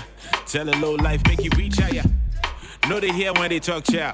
No see my style, make now if you're coming to Pram Pram, you belong to First HR Hotel. Because we focus on three things: peace, people, and quality. It's a serene escape from everything else with legendary service and world-class comfort. We're not just a hotel, we're your home for tranquility. Reach us on 0503 359 598 or 0303 989 737. Hasta la vista to all my wahala. God MC, nobody. Now, people should also book First HR Heights because we don't just provide a room, we provide a reset. Our guests tell us they feel an immediate sense of peace the moment they walk in. A rare kind of assurance that lets their tensions just melt away. If you're looking for a sanctuary where the staff genuinely respects your peace and treats you like family, or your first and only choice. We're also located in town, just about 25 minutes drive to Accra Business Center. Jokes on you if you thought I fell off. Gyro, okay, you bob. Gabba God, yeah, you bob. You can reach them on 025-606-0665 or 025-607-0666. Alright, hide your body, hide your soul. With a bar, lady bro, you know contribute. Hide your bowl. Boss. This one is a special attention to all parents of first year SHS boarding students. EduPack, the Ghana Education Service approved and supported national SHS initiative implemented by Prospectus Ghana, is now in progress across the country. Parents across Ghana are already registering so that their children's trunk, Macintosh mattress and pillow and plastic chop box will be ready and waiting at their schools of placement before reporting day. So do not delay and be caught in the usual last-minute market rush, carrying heavy items under pressure. With EduPack, your child does not need to travel to school with these 4 essential items. To register, simply dial *713*821# or visit any ADB branch or go to www.edupack.gh.com. Make payments, keep your receipt, and present it on opening day to collect all your child's EduPack items. Your EduPack registration follows you to any SHS of your choosing, where you're placed. Avoid the stress, avoid the rush. Prepare with confidence, all at a very affordable price. EduPack, approved and supported by the Ghana Education Service. For more information, call us 050-060-0607 or 0302-955-050. EduPack, no stress, no wahala. Keep giving it to them, freedom. Never your mugata, freedom. Leave your kokata, freedom. Never your kopam, freedom. Keep giving it to them, freedom. Never your mugata, freedom. Leave your kokata, freedom. I give my all, to give you all that be happy for the bad. I give my all, but be like me, you can't for bad. Right the attire, do them come out, no one see you for ya. Just wanna grow up, Charlie, tell me how you must still that bad. Now I'm sitting up here looking like a selfish pussy. I say like fuck Trump, fuck wall, I know them walls really high. Waterproof, don't forget fire too. Hate me, but I got to, bro. I need my space to blow, cause I'm a few just slow. And me, I can't do slow. You need to help me grow, or just let me go. If you want to shoot yourself, make sure you don't shoot yourself. Taking shots in my cots. Click, click on the shot to be pictures, then you the all I need is me, myself, and I. Too many little speeds before my eyes. All I need is me, myself, and I. Way too many feelings before my eyes. Oh, number where I go, bang with them. Keep giving it to them, with them. Number you am got up with them. Leave your coca with them. Number where I go, bang with them. Keep giving it to them, with them. Number you am got up with them. Leave your coca with them. Number where I go, bang with them. Keep giving it to them, with them. Number you am got up with them. Leave your coca with them. Number where I go, bang with them. Keep giving it to them, with them. Number you am got up with them. Leave your coca with them.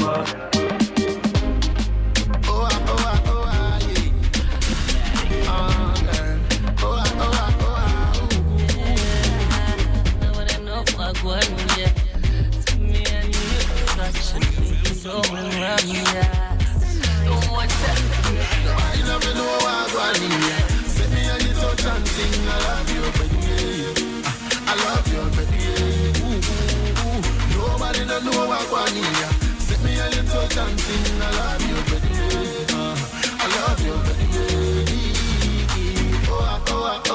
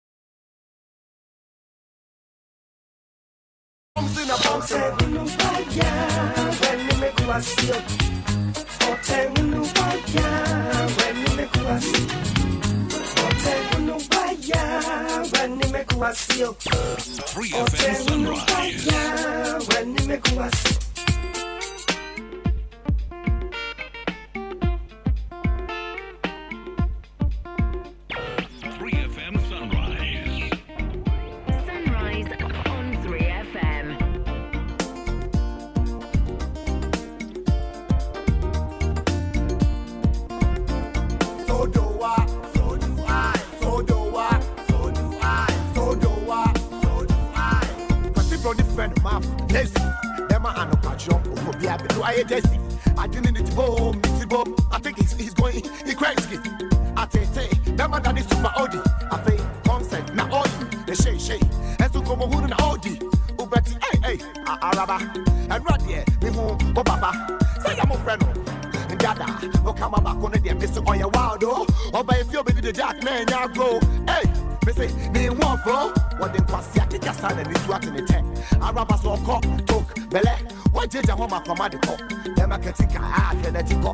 Tia to me a part, why? I said there's no silly bit of that, come wine. Want to be a facoto, I never wine. Say, go me a poma, 27 to the top of the hour. Time for us to get you into our big conversations for this morning. Disaster. This morning, we're focusing on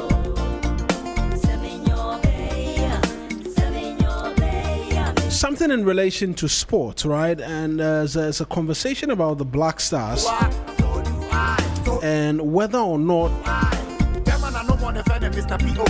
we're overlooking how other sports could transform tourism, culture, and creative arts in this country, particularly fresh off the back of the Senior Athletics Championship held at the Legon Sports Complex, where we managed to secure 5 medals. There was a temptation to say only 5, but 5 medals it was.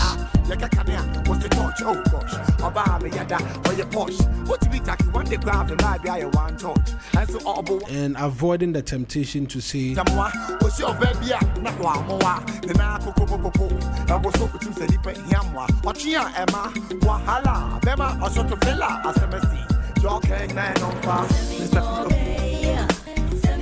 so let's get into that conversation right now here on the 3FM Sunrise.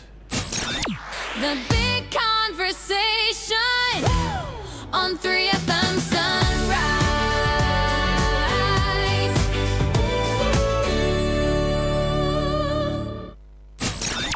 The big conversation on 3FM Sunrise.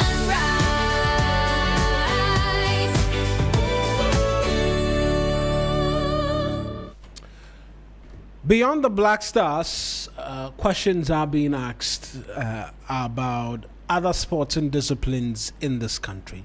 Fresh off the back of the recently put together Senior Athletics Championship, and also on the back of what has been a series of complaints by other sporting disciplines, some of which we continue to learn of every now and then. I think in preparation for the senior, or even when the Senior Athletics Championship was ongoing, there was another sporting federation which was in need of support to make a journey to compete in a tournament which they did not have funding for.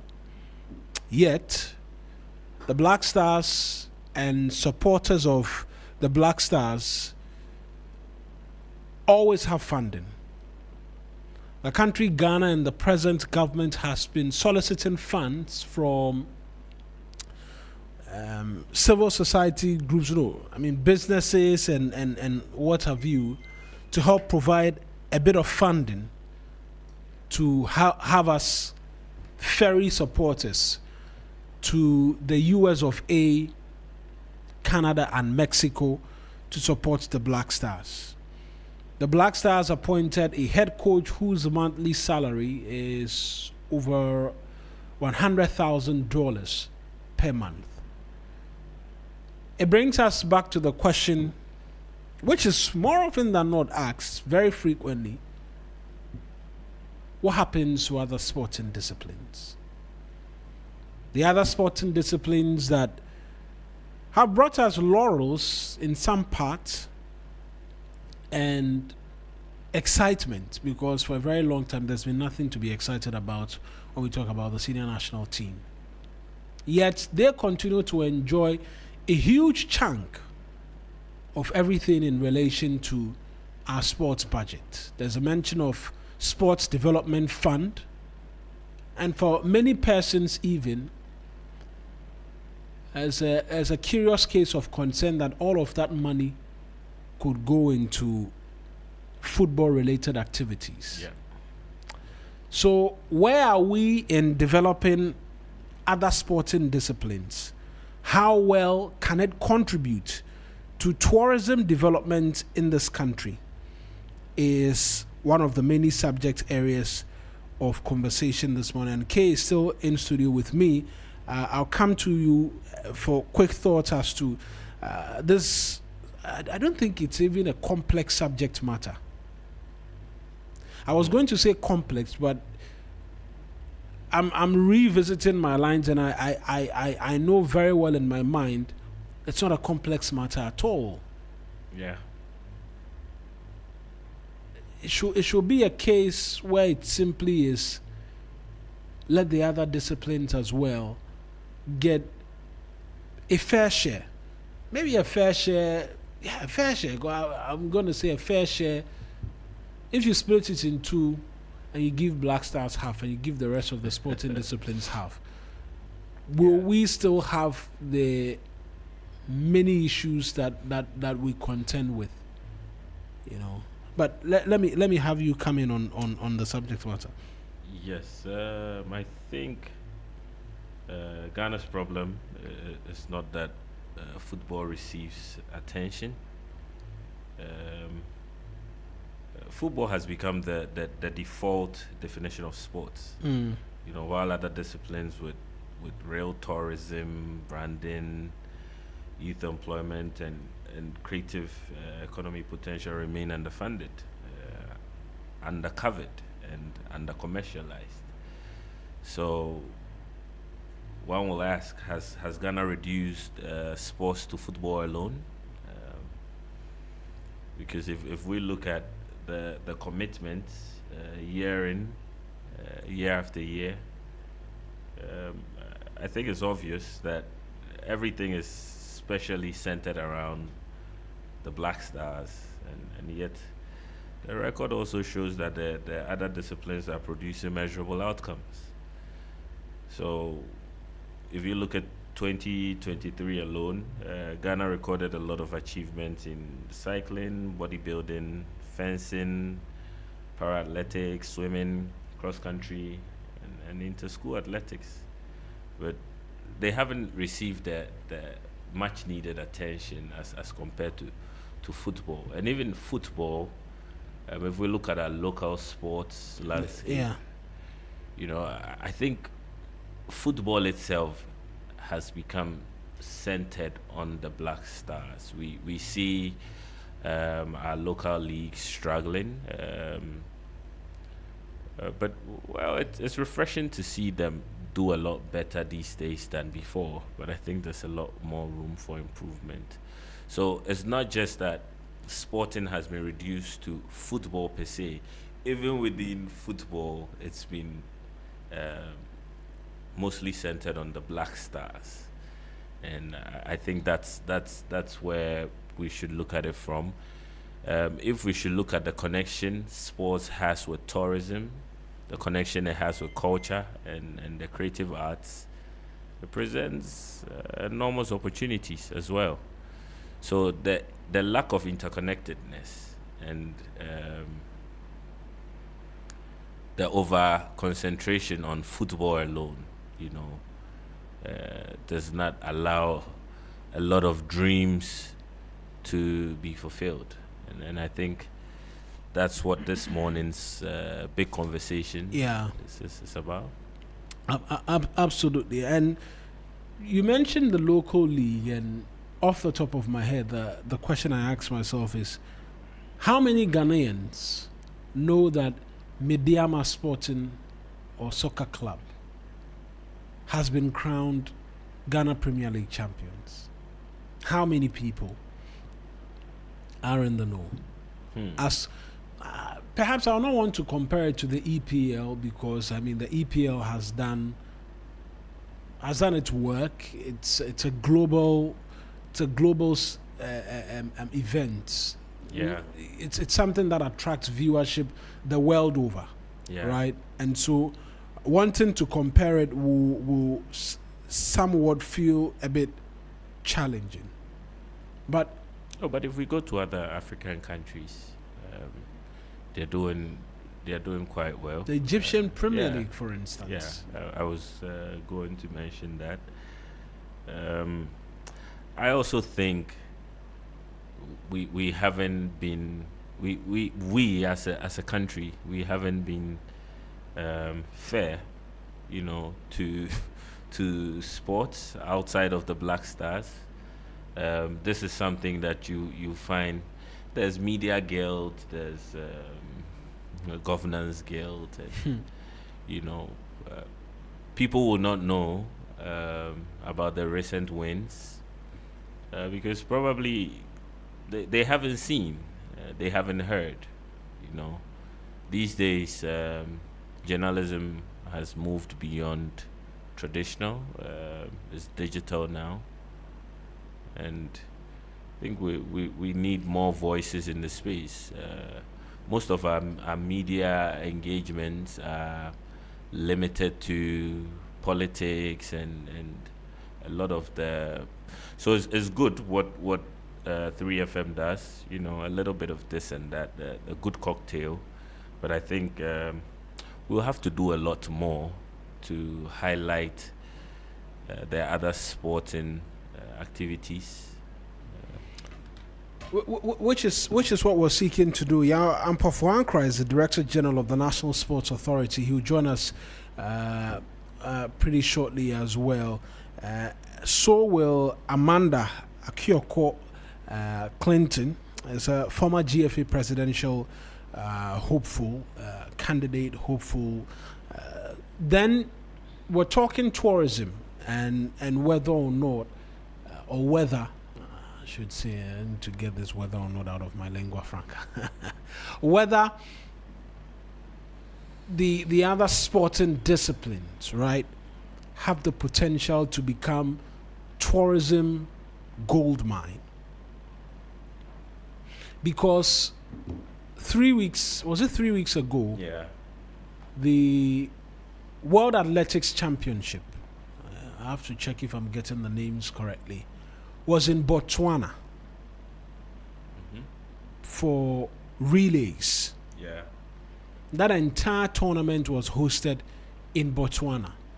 How did Botswana become the center of attraction in terms of sports? They have very good 400-meter runners. Yeah. Very, very good 400-meter runners. And 4x400, I think they clinched gold in one of the athletics championships, or was it the Olympics 2 years ago? Yeah. Which has put the spotlight on them, and they built upon it. Yeah. They have one of the fastest individuals whose name surprisingly is escaping me right now, has drawn a lot of attention to the nation, and they built upon it, hosted the rest of the world 3 weeks ago. You draw the sharp contrast with our own hosting of a senior athletics champion, and by no means are we seeking to talk about the ills of organization. That's not the focus of conversation today. But by the singular act of hosting that tournament, where the rest of the world was present during the relays, attention was taken to the country Botswana. And persons, hotels, the economy would have received some income as a result of persons coming through and spending money. Yeah. Even the citizenry will spend a lot more money. Right? Yep. The citizenry will spend a lot more money in the country because they filled up the stadium, they were cheering, they will pay for tickets, they will do this, they will do money which ordinarily they will not fork out of their pockets, they will. Yeah. And once they're spending, the money will circulate and it will create a certain level of growth within the space. Right? So when we talk about sports, the potential it has for not just creating jobs, but also providing a means for which eyeballs can come onto this country, it is no joke. We've spoken a lot about I Show Speed when it came to Ghana, where the places we took him to and what have you. Yeah. Speed is a very athletic individual. He loves to do a lot of challenges. And so in other countries, he's trying physical activities and what have you. What he's loved about us is the name we gave him. But he was on one of his streams and said he wanted to bring Cristiano Ronaldo to Ghana because we have very good pitches. And so he wants him to come and try out football. Yes, it's football, but I'm just wanting to speak to the potential of what it will mean for Cristiano Ronaldo to come into this country with I Show Speed. And if it's just a kickabout on any of our pitches, which by the way needs upgrading into world-class standards, right? But again, I say that's not the focus of the conversation. Can we imagine the sort of eyes, the visibility it will give us? Yeah, the capital. And this is a sporting individual. Yes. There's no religion when it comes to sports. There's no race when it comes to sports. None of those stereotypes or layers upon which we preview issues and matters is used when it's sport. It's pure passion and an unbridled joy when it comes to sport. Either your heart is being broken into a million pieces like Arsenal fans who are looking forward to all of that changing, or it's pure joy and ecstasy. Imagine that happened. Now imagine again if Noah Lyles, who is a US 100-meter runner and 200-meter runner, were to come to Ghana and say he wants to compete. Can we see the potential? Or does it remain in conversations, in boardrooms, and what have you? I want to go onto the phone lines. Yawan Pofuankra is the boss of the National Sports Authorities. The Director General is joined us via the phone lines this morning. Mr. Sports tourism, sports entertainment combined, it's a massive industry now. And the good thing is that we can learn from others who've been there and done that, especially, of course, number one, the United States. They have, over the years, they've mastered that emotional energy, the combining sports and entertainment with the Super Bowl, Whitney Houston, Michael Jackson, and all the rest of it. Now, if we can move that conversation to Ghana and say we're having, a boxing event, next weekend at the Bukum Boxing Arena. Actually, that's been done, to be fair. The few recent boxing bouts that I have personally, witnessed, there's an increase. There's a steep upward trend of entertainment, and that has been there for some time. But this time, it's become more official, part of the program. So you have entertainers coming in between bouts to, ginger the crowd when there's a lull. And that has also brought in a new audience.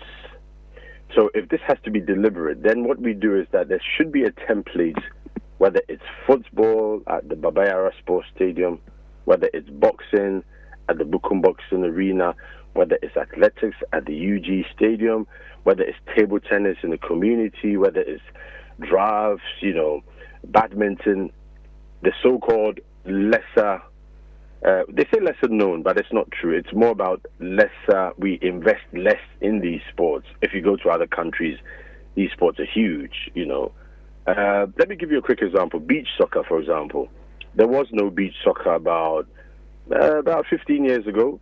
People were just playing on the beaches for fun. There were no rules. There was nothing. There was no structure. So a group of friends got together, formed teams. They wrote to the National Sports Council at the time and said, look, there are a lot of young people who want to play this sport, but there's nothing. Can we go ahead? And they said, yeah, go ahead. But we don't have any support. We don't have even beach balls that they use, but you can go ahead. Fast forward a couple of, a decade and a bit later, beach soccer now qualifies for the AFCON beach soccer, which is the beach soccer version of the African Cup. There are major tournaments globally, continental, and beach soccer is one sport that entertainment is a must. Before, during, and after. There's always an after party. So in pushing the trend, in getting people, maybe you are not interested in beach soccer, maybe you're not interested in cricket or badminton or swimming or hockey, but because Wendy Shea is going to be performing at halftime, or Stoneboy or Shatawali, you turn up. You might even go with your family, your friends, boys, girls, go and have fun. So it's got to be deliberate. It's not rocket science. It's not a really big deal.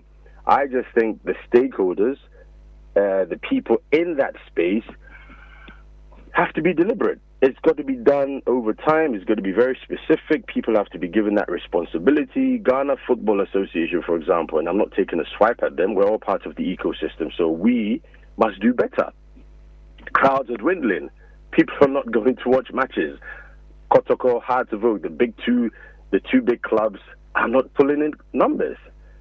But there is a way that they can say, okay, we're not getting the traditional crowds because we're competing with the EPL, we're competing with the Spanish La Liga, Italia Serie A, and all the rest of it. How can we get the traditionally non-football fans to come and watch? And then have this conversation with all our sports and have a dedicated, if it's a department, if it's an office, if it's someone, your job is to get people to watch sports in the unconventional way. Social media is there, giveaways, T-shirts and gifts, packages, whatever it is. It can be done. And the other sports also need to be aggressive, more aggressive, because football ecosystem is already there. It's been built. The structures are there. It's taken, over a century or more. So you can't really make that comparison. So we need to work harder. We need to be more assertive, deliberate, aggressive in pushing the other sports to the table and into the conversation. And of course, we need to invest financially, yes. Talk is cheap if we are very deliberate. And I say this, His Excellency the President is very passionate about expanding that sports industry and ecosystem. Traveling to watch non-football events. He's been to boxing. If he's in Ghana, athletics, wherever it's possible for him, or he'll send a rep to represent him at these lesser sports that traditionally Ghanaians might not really watch, but steps are being taken. And then, of course, the 24-hour economy provides a new opportunity for us to enjoy sports beyond, working hours. 2 weeks ago, I was at the Legon Stadium where the rugby community put up a fantastic night of rugby, music, dance, entertainment, you name it, and it was packed until midnight. So it's there, but we need to be more consistent, we need to be more deliberate, and we need to invest in this area, and we should give it some time. I think it can happen, it will happen, but we have to work harder at it. Right.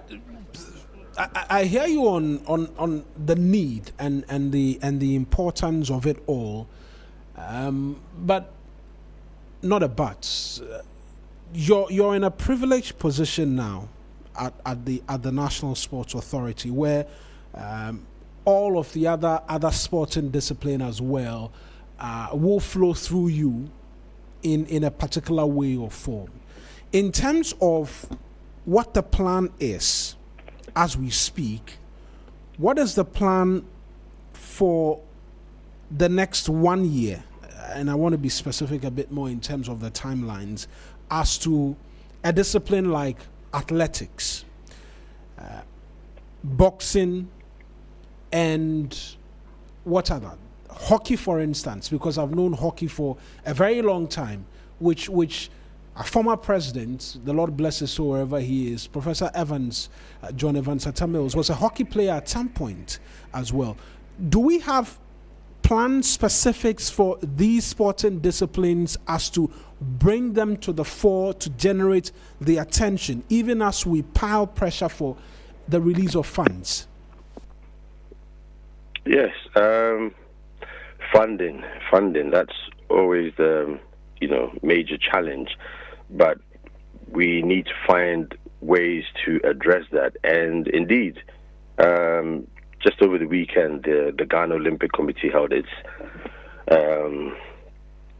conference at in Accra, and we all agree that we need to do more to push sports beyond the traditional turn up, watch, and go home. And for athletics, for example, the people running athletics now are made up of former athletes, coaches. They're men and women who know the sports in and out. But we also need to be honest that some of these things don't happen by accident. The countries that have been successful in making sure they've bridged the gap and they've actually, they're milking it. They realize that consumers now prioritize experiences over material goods. And so traveling for a massive sporting event would, combine the thrill of the competition, seeing the country, enjoying the food, and all the rest of it. So having an athletics championship, whether it's international, Africa, or global, or whether it's community in the town, in a village, where you can gather the youth to come in and, run, jump, whatever it is something that we're encouraging. And a few of the federations have submitted proposals to that effect, the grassroots, so that the young boys and girls, once they get into it, they grow with it, they get that experience, and for want of a better word, they get hooked. They want to continue to be in that field and space. So the conversations must continue. We also need to have capacity building, because look, it's one thing saying, I want to have a Super Bowl experience at the Accra Sports Stadium, but you don't have people who have the know-how. They don't have the experience. They don't have the knowledge. It's one thing watching it on TV and saying, wow, Chale, let's bring that to Accra. Let's bring that to Kumasi. Yeah, great, let's bring it.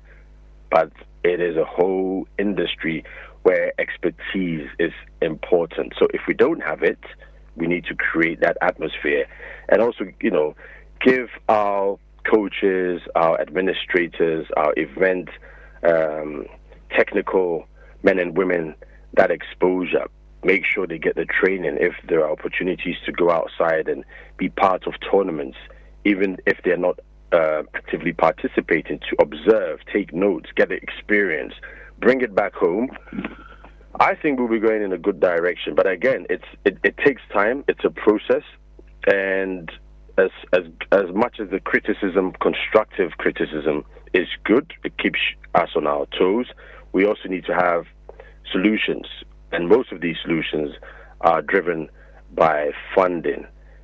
So if we are very serious about where we want to take sports and have that Super Bowl experience, have the WWF experience, even golf, which is traditionally an elite sport, they're putting in the entertainment. Formula One, yes, we may not have the infrastructure, but we can start somewhere, somehow, and gradually force that infrastructure, because if we want to be in that space, like Botswana, for example, they're moving to the next level.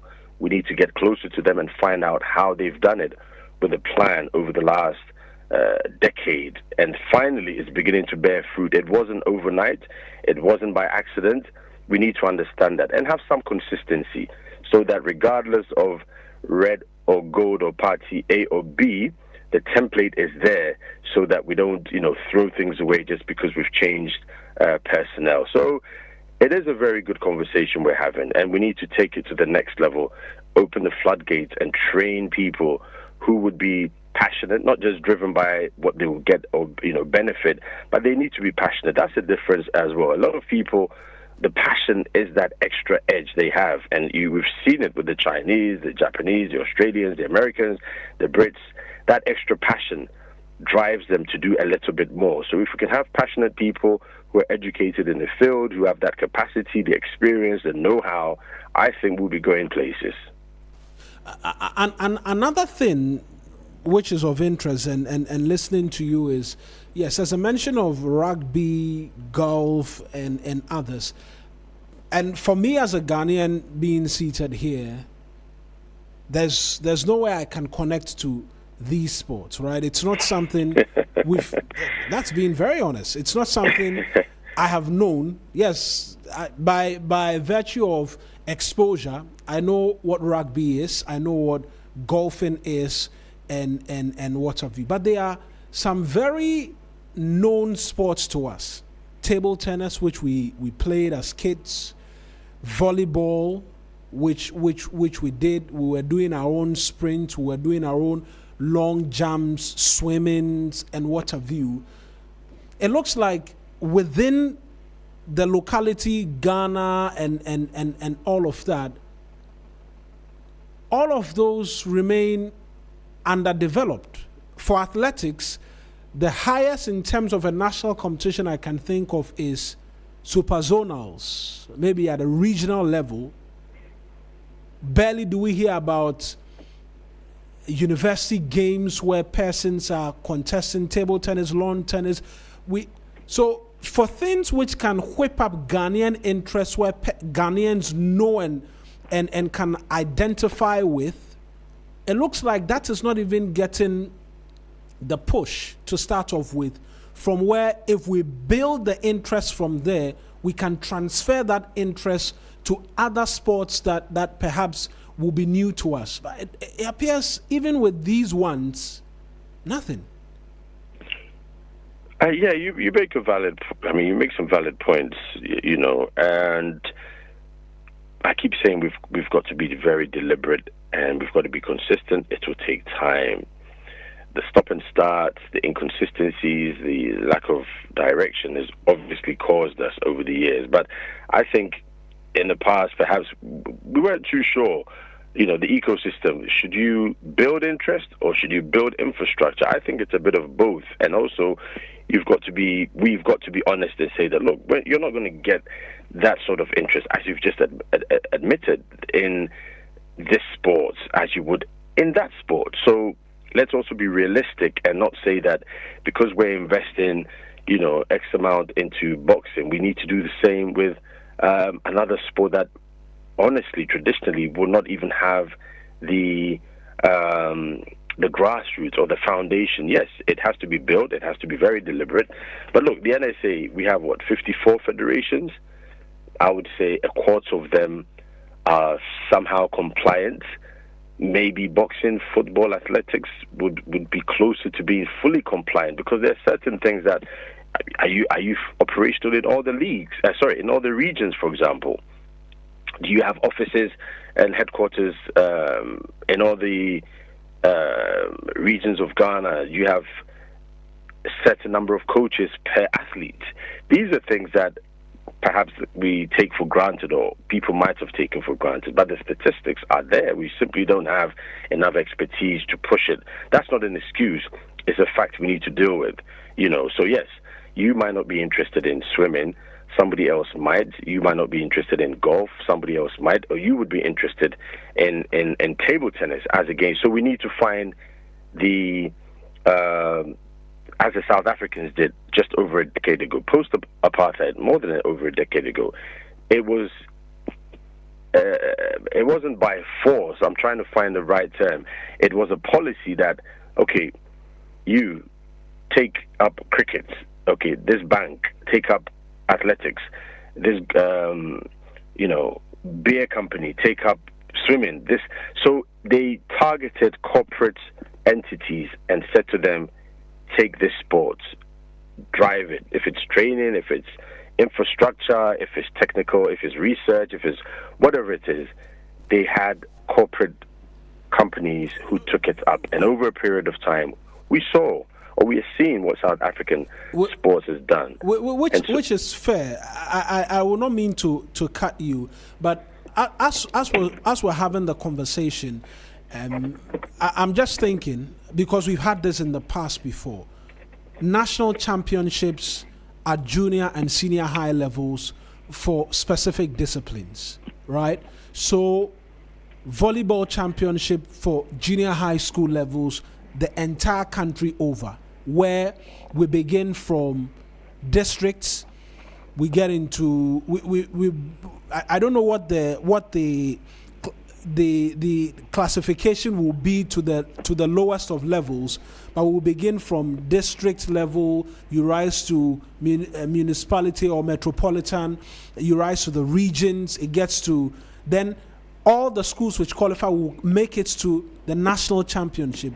By the time we reach the national championship, most certainly we would have had interest from commercial parties. In fact, it is what is done by the National Science and Math Quiz, where competition is held the entire country over for schools.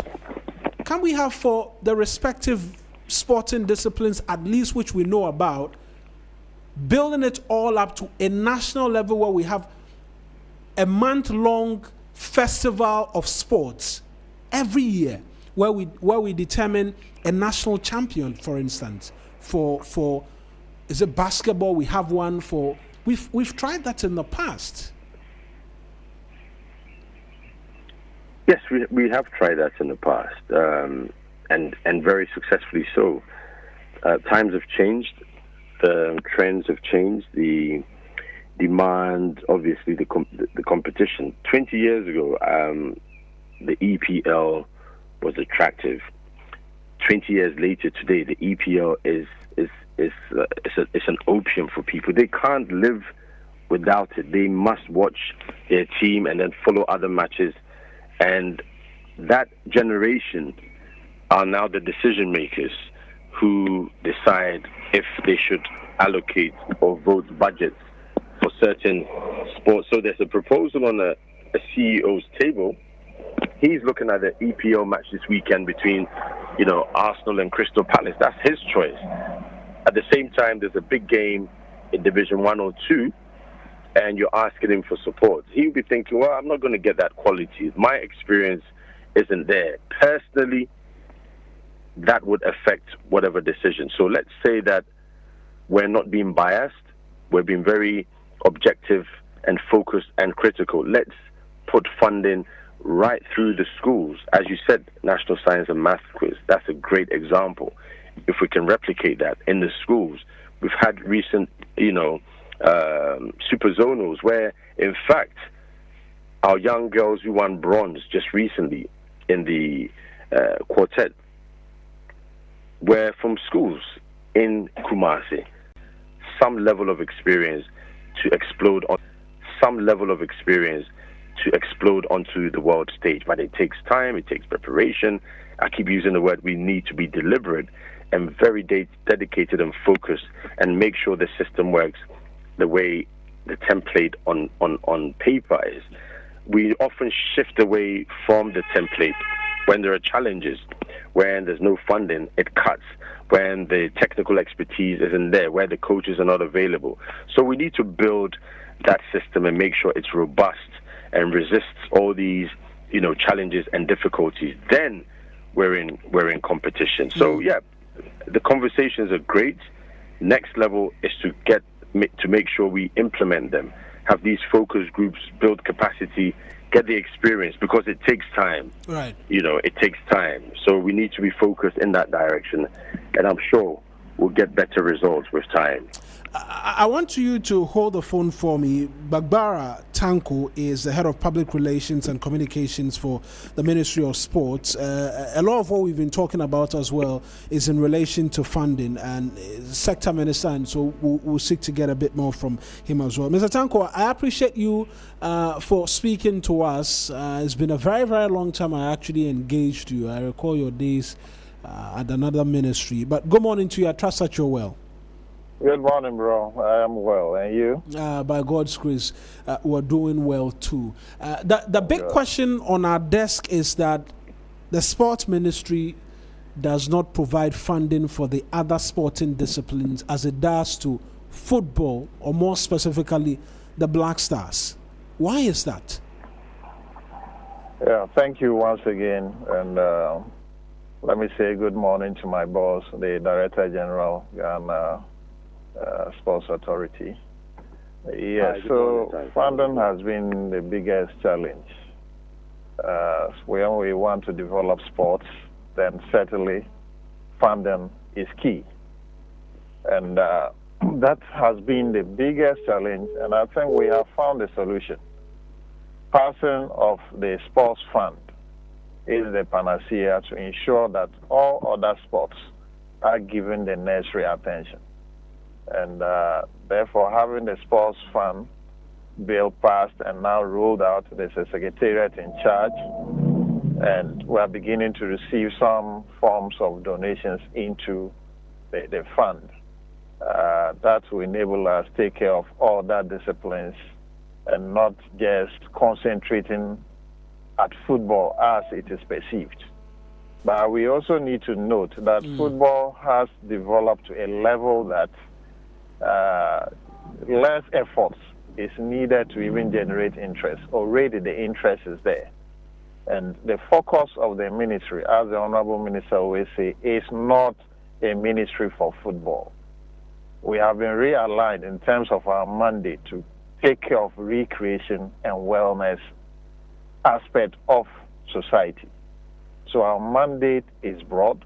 We are looking at what we don't want to call them lesser known sports or lesser funded sports. But we are open to develop the sports ecosystem in terms of infrastructure, in terms of training facilities, in terms of organizing training programs. Like my boss said, when this inter-schools happened, some talents were identified. The Honorable Minister, the Director General, the Ghana Athletics ensure that these young athletes were taken to Kenya for a training camp. Without funding, this certainly will be a challenge. And we want to urge that corporate Ghana should take interest in sports development. We are looking forward to a point where we will see Ghana Police Sports Stadium or the Ghana Immigration Sports Stadium, where we have all sporting facilities in that stadium. For instance, the Baltimore Sports Complex is one of its kind. You take volleyball, for instance. We in Ghana have played volleyball in the open space. And therefore, when you travel for international competitions, and you have to compete in an enclosed environment with a floodlights, how is our performance going to be? Basketball, everything of ours is in the open. And we want to drift towards developing international sports facilities that will give us the environment to be able to train and be able to catch up with the international standards and be able to perform. So certainly the ministry has a focus, and we want to develop every aspect of the Ghanaian sports to the competitive stage. In terms of the sports fund you talk of, there's a concern which is legitimate from a lot of people that per what it is that we've seen in terms of what was just funds available to the sports ministry and how it was allocated, how sure are we that the sports fund will not fall prey to similar allocations matched to the deprivation of the other sports? Is there specific legislation which directs how much goes where, or it's still at the whims of persons in charge of the fund? Yes, so we all aware some airline that brought into existence of the sports fund. And like I said, an administrator has been appointed. The road fund has its board. So it's going to operate more like the Ghana Educational Fund, an independent institution where needs assessments are made and resources are allocated accordingly. I don't see this autonomous institution being manipulated in one way or the other to skew distribution of funds towards a particular sport. So they have a clear mandate, and I believe the board is a noble one. The administrator together will do a good job for us in the sports ecosystem. We're talking sport and tourism, and so it leads me to ask this question as well. When was the last time the sports ministry and the tourism ministry collaborated to do something together? Well, I wouldn't say we in just 1 year and some few months, I wouldn't say we've had any direct collaboration to organize an event of a sort. But we all recall that when, for instance, Black Stars is playing at the sports area, the economic activity generated around, people come to sell. They just ended African Athletics Championship. If you were at the Games Village, you would have seen a lot of economic activities where some cultural artifacts were also sold. And I think in moving forward, it is good for us to have collaboration to ensure that we leverage every opportunity to drum home the cultural values of our country. Thankfully, the Commonwealth Games that is coming up, the team that is put in place has very good plan to market Ghana outside. For instance, with the Fugu, even the athletes will be done in the Fugu for the occasion. We are going there looking beyond just going for the athletics aspect, but to demonstrate to the world that we have a culture and a tourism opportunity that when investors come, they will be able to explore. And the World Cup is one of the biggest events we're also looking at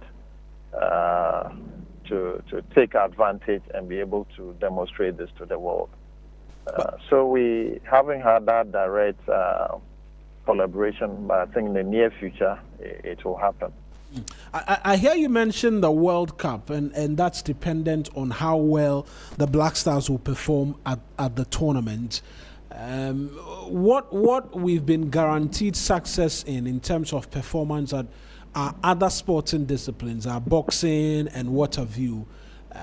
You speak of the Commonwealth Games. Have we sorted out issues in relation to funding, travels, and all of that for them ahead of the Commonwealth Games to start off with? Yes, so I think today at 2 p.m. the Honorable Minister will have a press briefing and will be updating the nation as far as preparations are concerned. I wouldn't want to speak much in that regard, but all I know is that Ghana is ready. The technical team, as you know, is in place, and they are doing their work to ensure that we just don't appear. We are going there and we'll perform and we'll stay in the tournament. We wouldn't go and just exit in the first round. We are going to go beyond. In terms of logistics, you would also recall that His Excellency the President actually launched a fundraising in support of this appearance at the World Cup. And thankfully, corporate Ghana responded positively. So in terms Right, Mr. Agbagba, my question, for the Black Stars, I know they are very well taken care of. For Black Stars, they don't have a problem. I'm referring to the Commonwealth Games where the Commonwealth Games. What the preparations are like. So with the Commonwealth Game, as you are aware, there's a committee in place at the office of the president. I wouldn't want to speak to that area. Honorable Wayomi is in charge, and maybe you should reach out to him. But I know they are far advanced in terms of preparation for the Commonwealth Game, and everything is on point. So, from where you sit, there's equal attention being given to other sporting disciplines, because the evidence on the ground suggests that has not been the case, even by the recent competitions which were held outside of the jurisdiction and the complaint about travel and what have you. It does appear attention is not the same, even though we're talking about a reset and the fact that the ministry is seeking to take care of all sports and take care of them equally. I will disagree with you that the attention is not widespread in terms of other disciplines. The Honorable Minister will always honor invitations to every sporting activity. He sought and will always seek those opportunities to engage, get to know the needs of these other disciplines, and be able to prepare. And as I mentioned, we don't have a sports ministry for football, but it's sports, and it covers every ecosystem as far as sports is concerned. So that assertion that attention is focused on football might not be true. We also want to urge all other federations to respond positively to the request from NSA. They must be compliant. They must be forthcoming. For instance, you are in a budget here, you are preparing budget for consideration. You send out correspondence to federations to bring their work plan, submit their budget needs, and they don't respond. How do you plan for such institutions? So the minister has always been advocating that be forthcoming, let us discuss more, let us engage more, collectively let us see how we can develop your various disciplines. And this has always been his focus on every platform. And like I said, minister has never turned down any invitation to appear at any sporting event. Make sure he is there in person. There's a difference in being present at sporting events and deliberate actions to ensure that the disciplines receive the required attention and the required support.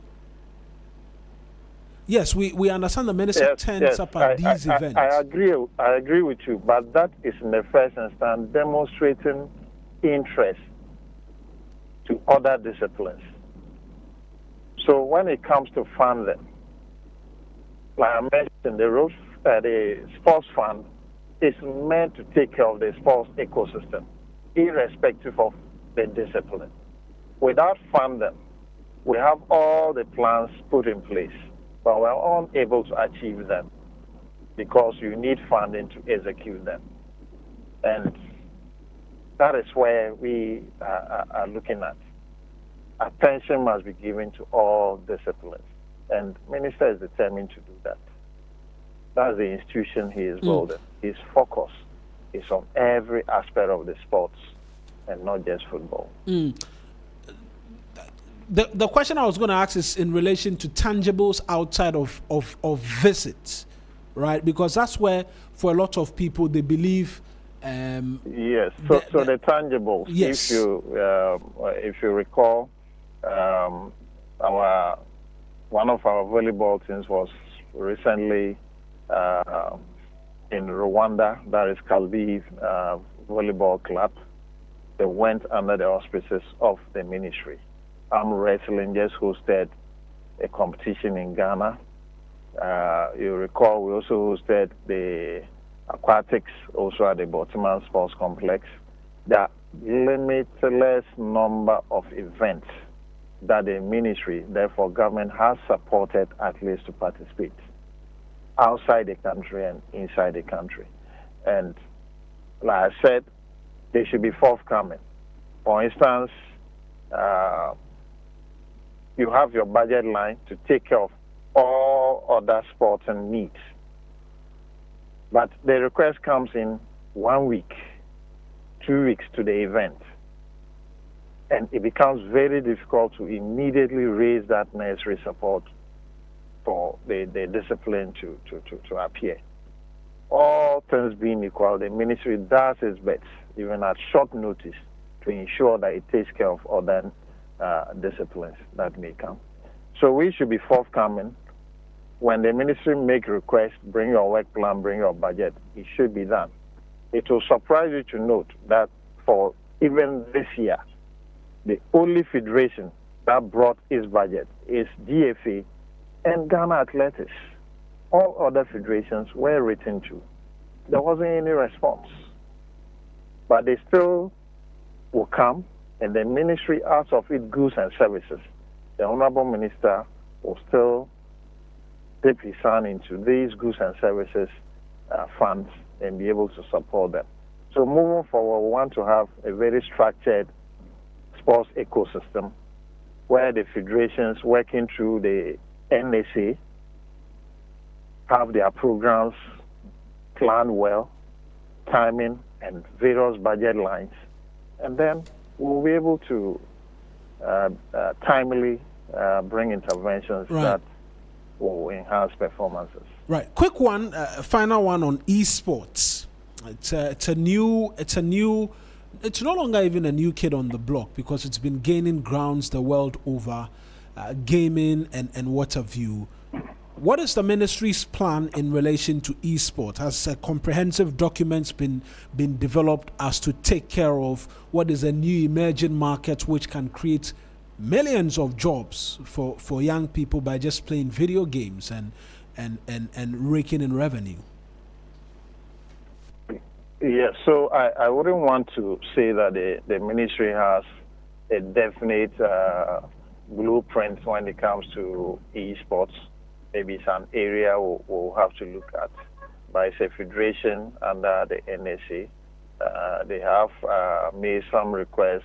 They have engaged the ministry at one point or the other in terms of their programs. And the ministry takes interest and has always provided interventions where necessary. It's one area that we need to give an attention to. And once again urge that these institutions should structure themselves very well in terms of leadership, in terms of good standing with the NSA. And every request is made through the NSA to the ministry. And when we all follow due processes, we'll be able to work together to develop these sports. Right then, Mr. Wagbara, I appreciate you for joining us this morning, even on such short notice. Thank you for having me. Right, that's Tanko Wagbara. He's the head of PR and communications at the Ministry of Sports, joining us this morning here on the 3FM Sunrise. I'm going to give the final word to Kay on this, then I go for a quick break here on the show. We've heard from the NSC, we've heard from the Sports Ministry as well. Unfortunately, our calls to Abeku Sanchana have not been answered this morning. If somebody is close to him, you let him know that 3FM, we've been reaching out to him, talking sport and tourism, and we are able to speak to him if he could kindly pick the phone. But Kay, you have the final word on this conversation this morning. Yes. I think listening to my guests, it was insightful, but for me, it seems these are things we hear all the time, and nothing really changes.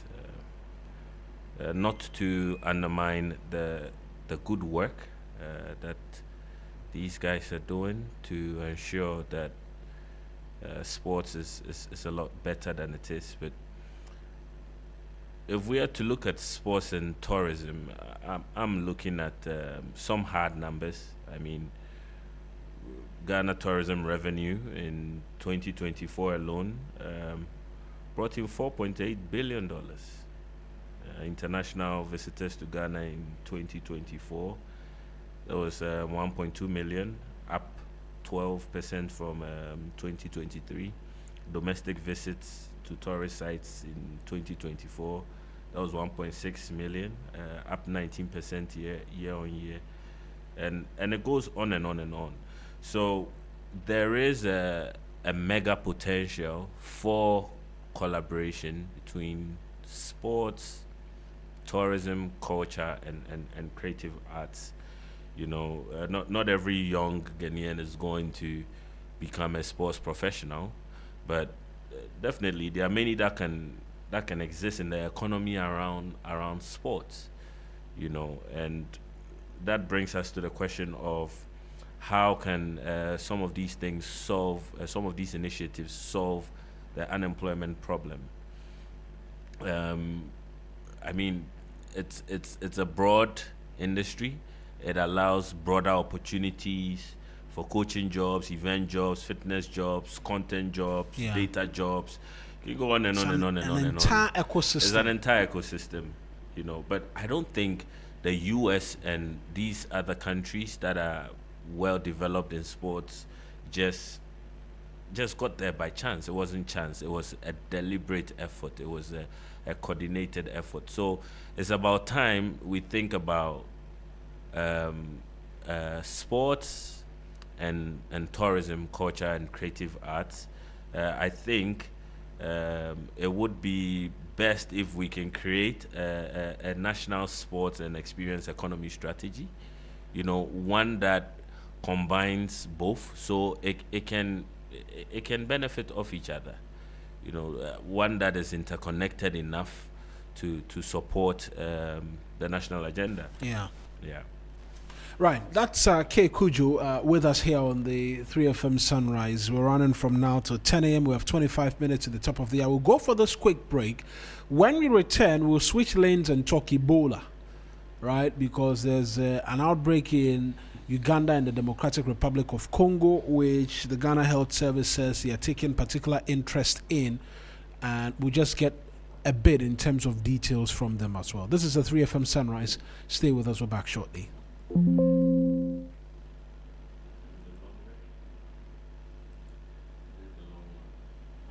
Register now for the second edition of the Ghana AI Summit from the 29th to the 30th of July 2026 in Accra, Ghana. Theme: Artificial Intelligence for Economic Growth and Job Creation, Innovation, Inclusion, and Future Jobs. Incorporating Ghana National AI Challenge and Ghana AI Awards 2026. Join policymakers, industry leaders, startups, researchers, and global experts to explore how AI can accelerate development, boost productivity, and create sustainable jobs. This is more than a summit. It's a platform for collaboration, innovation, and real impact. Visit the Ghana AI Summit and awards at GhanaAISummit.com to participate and empower yourself with AI skills and knowledge. Ghana AI Summit 2026 is organized by Knowledge Innovation in partnership with Deloitte and Media General. Call 0242 555135 for more details. Sponsor Hisense.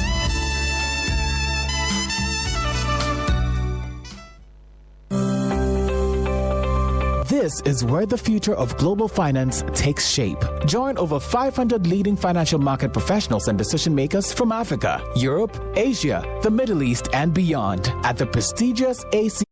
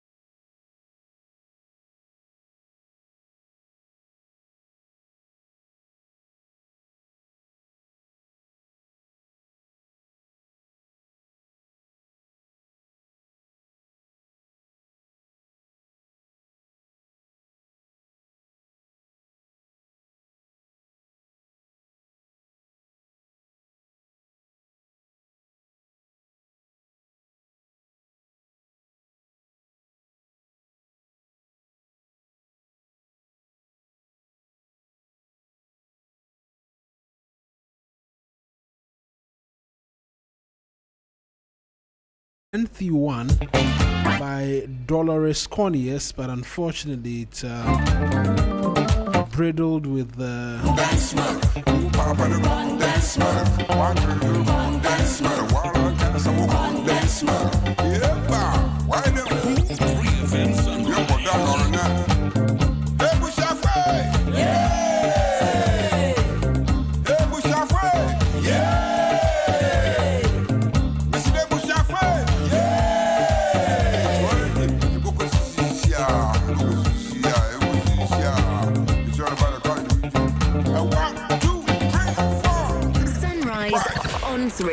Dr. Franklin Asiedu Bequin is the Director of Public Health at the Ghana Health Service.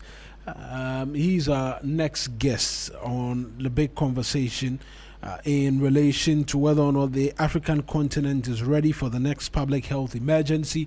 Dr. Franklin Asiedu Bequin will join us. So will Patrick Avevo will join us as well on the telephone lines, but Patrick Avevo has joined us via the phone lines this morning. He's an infectious hazard management officer with the World Health Organization. Patrick, good morning to you. Thank you very much for making time to speak to us this morning here on the 3FM Sunrise. Good morning, Mawuena, and good morning to your listeners. Right. Quickly, what is this Ebola scare we're learning of? Already over 100 persons we understand dead, and it's a new strain of the virus as well. What are you at WHO learning about this, and what is unfolding in DRC and Uganda? All right, thank you very much. So what we are seeing and report coming through from DRC, which has been confirmed, is an outbreak of Ebola virus disease. This particular outbreak is being caused by a different kind of virus.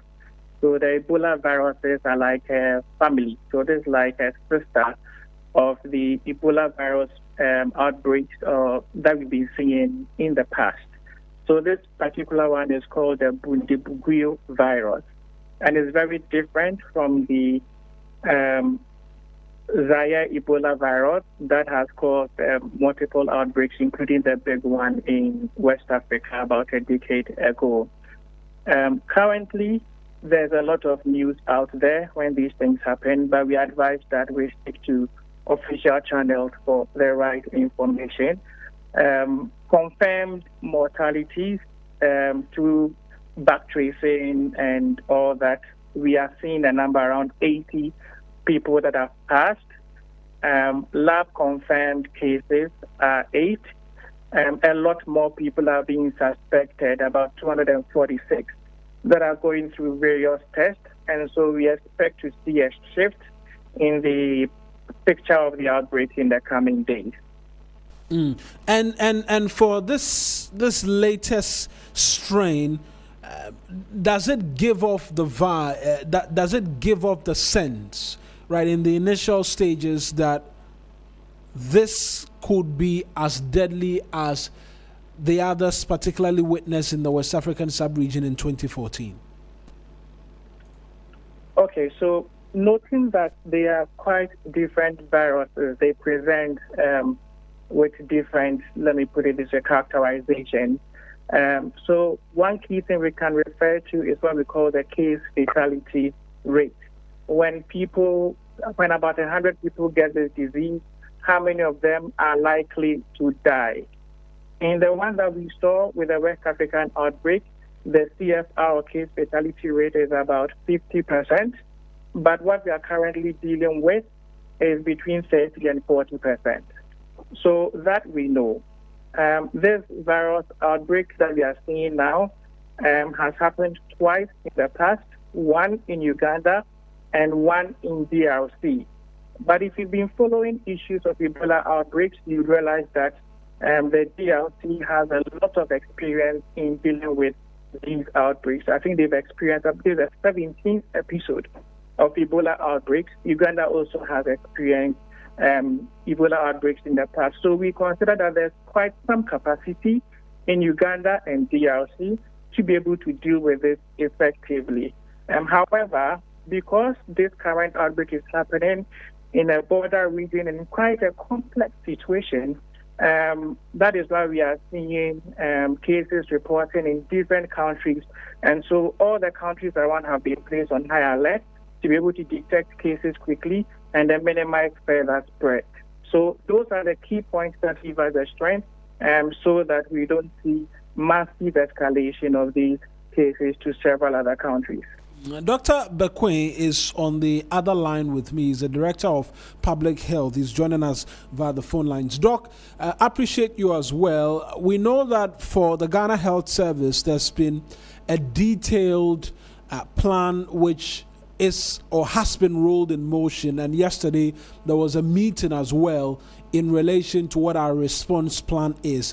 What are the improvements, if I can call them that have been added on after that meeting yesterday in being able to detect first off quickly if the virus were to enter the country, contain it and ensure it does not spread? Yes, thank you very much, and good morning to your listeners. So, what we are doing as a country is to update our existing plan. And so, because of the outbreak that occurred in almost a decade ago, we had a national plan. And with this new outbreak, we need to update it.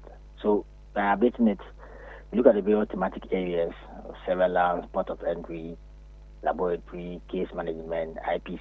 So, a lot of it. And the starting point was the release that we did. I mean, the intent of that release is to let Ghanaians know of a threat, which is not in Ghana now, but then for Ghanaians to be aware of it.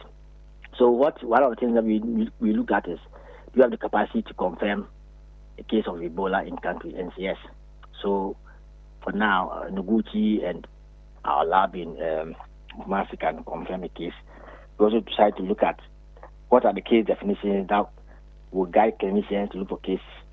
So we are now updating our case definitions that will guide clinicians to look for. Then where will you manage the cases? You should get them in the country. And now we have a number of treatment centers.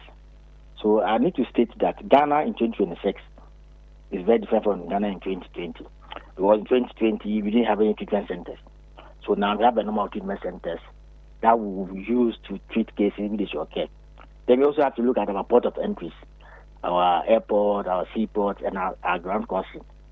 What are we going to put in place? So there are a number of measures that we have outlined, which we are going to crystallize to make sure it becomes a firm national plan.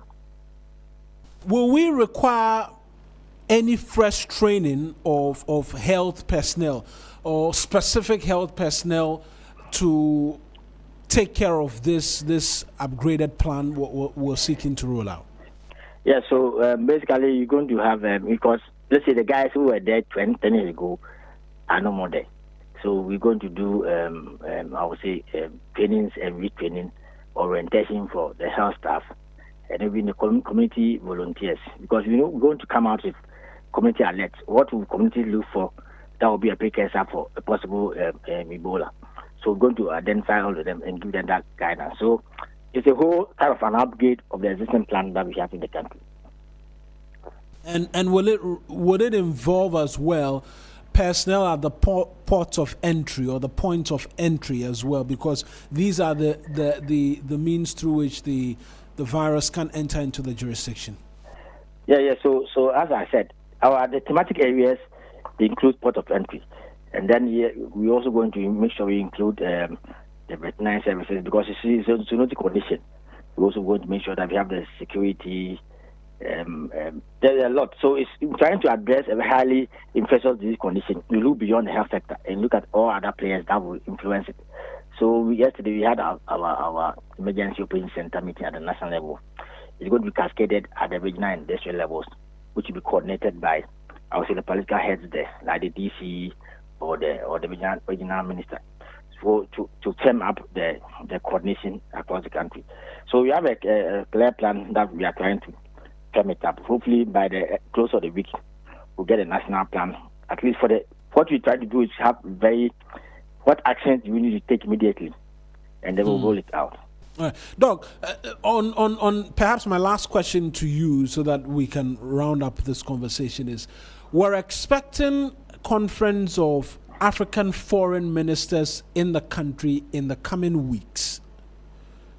Considering the uncertain nature with which this disease is spiraling out of control, is the Ghana Health Service taking particular interest in that upcoming event, and will there be special arrangements to screen and above all other things, take care of persons who will be coming into the jurisdiction for this conference? Or perhaps even an advice that be put on hold, considering what we may not know the nature of this virus may be by the time the event will come around?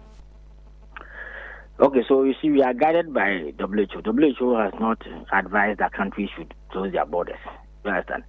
So the idea is that you need to heighten surveillance. What do you need to see when your travelers are coming in? And those are things that we're going to have to do. You know, when we had, let's say, the early stages of COVID, and then in the past, when we had Ebola, we had what we call the health declaration form. It gives an idea of the travelers who are coming into the country. So based on how the events will unfold, we now start to use this health declaration form that gives us an idea of each traveler coming to the country. And if possible, when we think that it's a suspected case, we will know how to follow the case and then address it. Doc, I appreciate you for speaking to us this morning. I'm sure we'll speak again. That's Dr. Franklin Asedu Bequin. He's the Director of Public Health at the Ghana Health Service. I'll give the final word to Patrick Avevo on what the plan is going forward and how countries should be gearing up in terms of a response to the virus. Yeah, thank you very much, Mawuena. So very much aligned to what Director of Public Health, Dr. Asedu Bequin, has mentioned. And I must say that this disease this outbreak that has been declared a fake, Ghana has taken the signal very seriously. And WHO is working with the government to enhance preparedness and readiness. Specifically, for countries that are in preparedness mode, POE needs to be strengthened with surveillance and then infection prevention and control. Measures have to be in place. Surveillance strengthening broadly across all the country, and then an alert system that the system can be able to pick up things when they are happening. Also, sensitization of healthcare workers across the country is very key, and messaging to the public. For now, it is for information delivery to the public. People should be aware, should know what to expect. And the key thing is that if you see something, say something. Lab work is also being ramped up. And then also, final word probably would be that we should understand that preparedness for these events is not a destination. It is a journey that requires continuous improvement. And WHO remains committed to work with the government that should we report EVD in Ghana, we'll be ready to respond to it and very swiftly. Absolutely, Ms. Avevo. I appreciate you as well for speaking to us. Patrick Avevo is Infectious Hazard Management Officer with the World Health Organization Ghana office. Both gentlemen speaking to us this morning here on the 3FM Sunrise. Sunrise on 3FM, the best in the morning. The big conversation on 3FM Sunrise.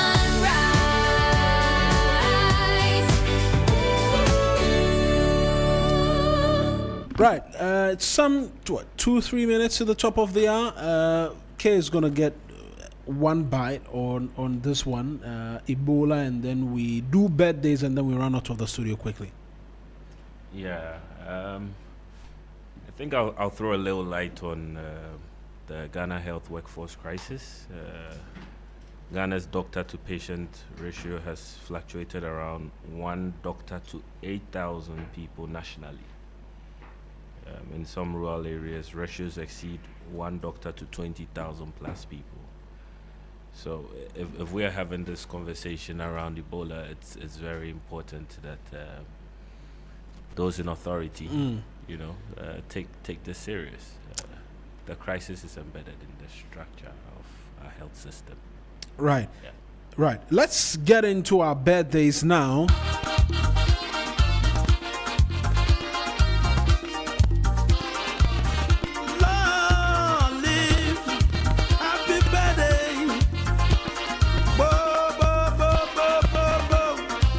The first is a happy, glorious birthday to the mayor of Tema, Egbeta. And there's a special someone who wished a happy birthday, and it's got a lot of people talking. So a happy birthday to Egbeta, is the mayor of Tema, from friends, loved ones, your husband and the kids as well. Happy birthday to you. You are so sweet, lovely. Also, a happy birthday to the Fresh Lady, Madame Priscilla Lai, aka the Fresh Lady, always looking fresh. May God raise you from grace to glory in the name of the Lord, to always find favor for this new year and beyond. This is from your children, your siblings, your friends, family, and Wandela. Happy birthday to you, Fresh Lady, Madame Priscilla Lai. Also, a happy birthday going out to Florence Jireke at Kaneshi. We say, may the good Lord open ways for you, blessings and great shine upon your life, from your siblings as well, your mother, your friends and family, and from Wandela the Prophet. Happy birthday to you. Happy birthday to you. That's our show today. As we get out of the studio, big thank you to DJ Phil, a host of other individuals who've been here. There's Edith, there's Frederick Kunzo Tiani, and DJ Phil. Christabel is waving as well. A few shouts to her as well, and a host of others. I've been here with K Kujo all throughout from 6 a.m. up until now. We're back again, God willing, tomorrow with another exciting edition of the show. Christabel is up next with the news updates here on the show.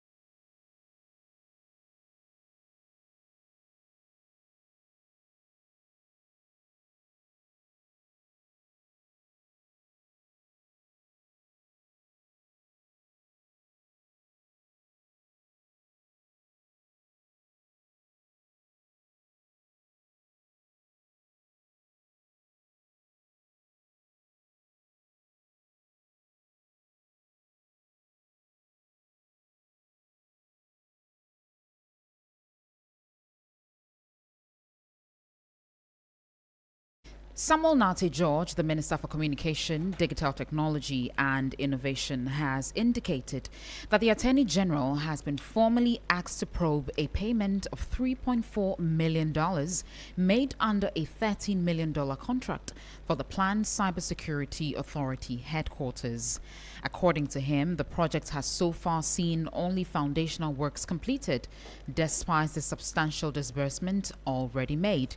He added that the contractors involved, Raison Group Limited and Medana and Sauza, which are now requesting an additional $4 million, even though the current work is limited to the foundation stage. The minister further disclosed that about $10 million has also been spent on cybersecurity software meant for the authority, but the system has yet to be supplied. Speaking after his appearance before the Public Accounts Committee, he stressed that any individuals found responsible for possible financial misconduct should face the appropriate sanctions. So it was both the building and then some software. The software is about another $50 million thereabout. And we had paid in excess of $10 million, $10.9 million thereabout. And that was for a baseline study. No development whatsoever had started. And for me, I thought that we could not continue along that path. There was a need for it. There's a need for it to be investigated. I'm happy it got flagged in the Minister for Finance's special audit. We went before that committee and told the finance minister that we're not interested in it and we thought that it should be investigated. I'm happy Public Accounts has picked it up. Now I'm hoping that the Attorney General will conduct an investigation into the matter. And if the investigation shows that the monies that have been paid, we got value for it, so be it. If the investigation show that people have been paid in excess of what they should have been paid, there has to be recoveries to the state because, like I said before the committee, the Public Financial Management Act is clear. You pay 15% maximum as mobilization. The advanced mobilizations that were paid were 30%. I mean, I don't understand why anybody would do that. That was the Minister for Communication, Digital Technology and Innovation, Samuel Nate George. That's it for the news updates with me, Christabel Success Trevor. Please log on to our website, 3news.com, for more stories and updates. 3 Lounge is up next.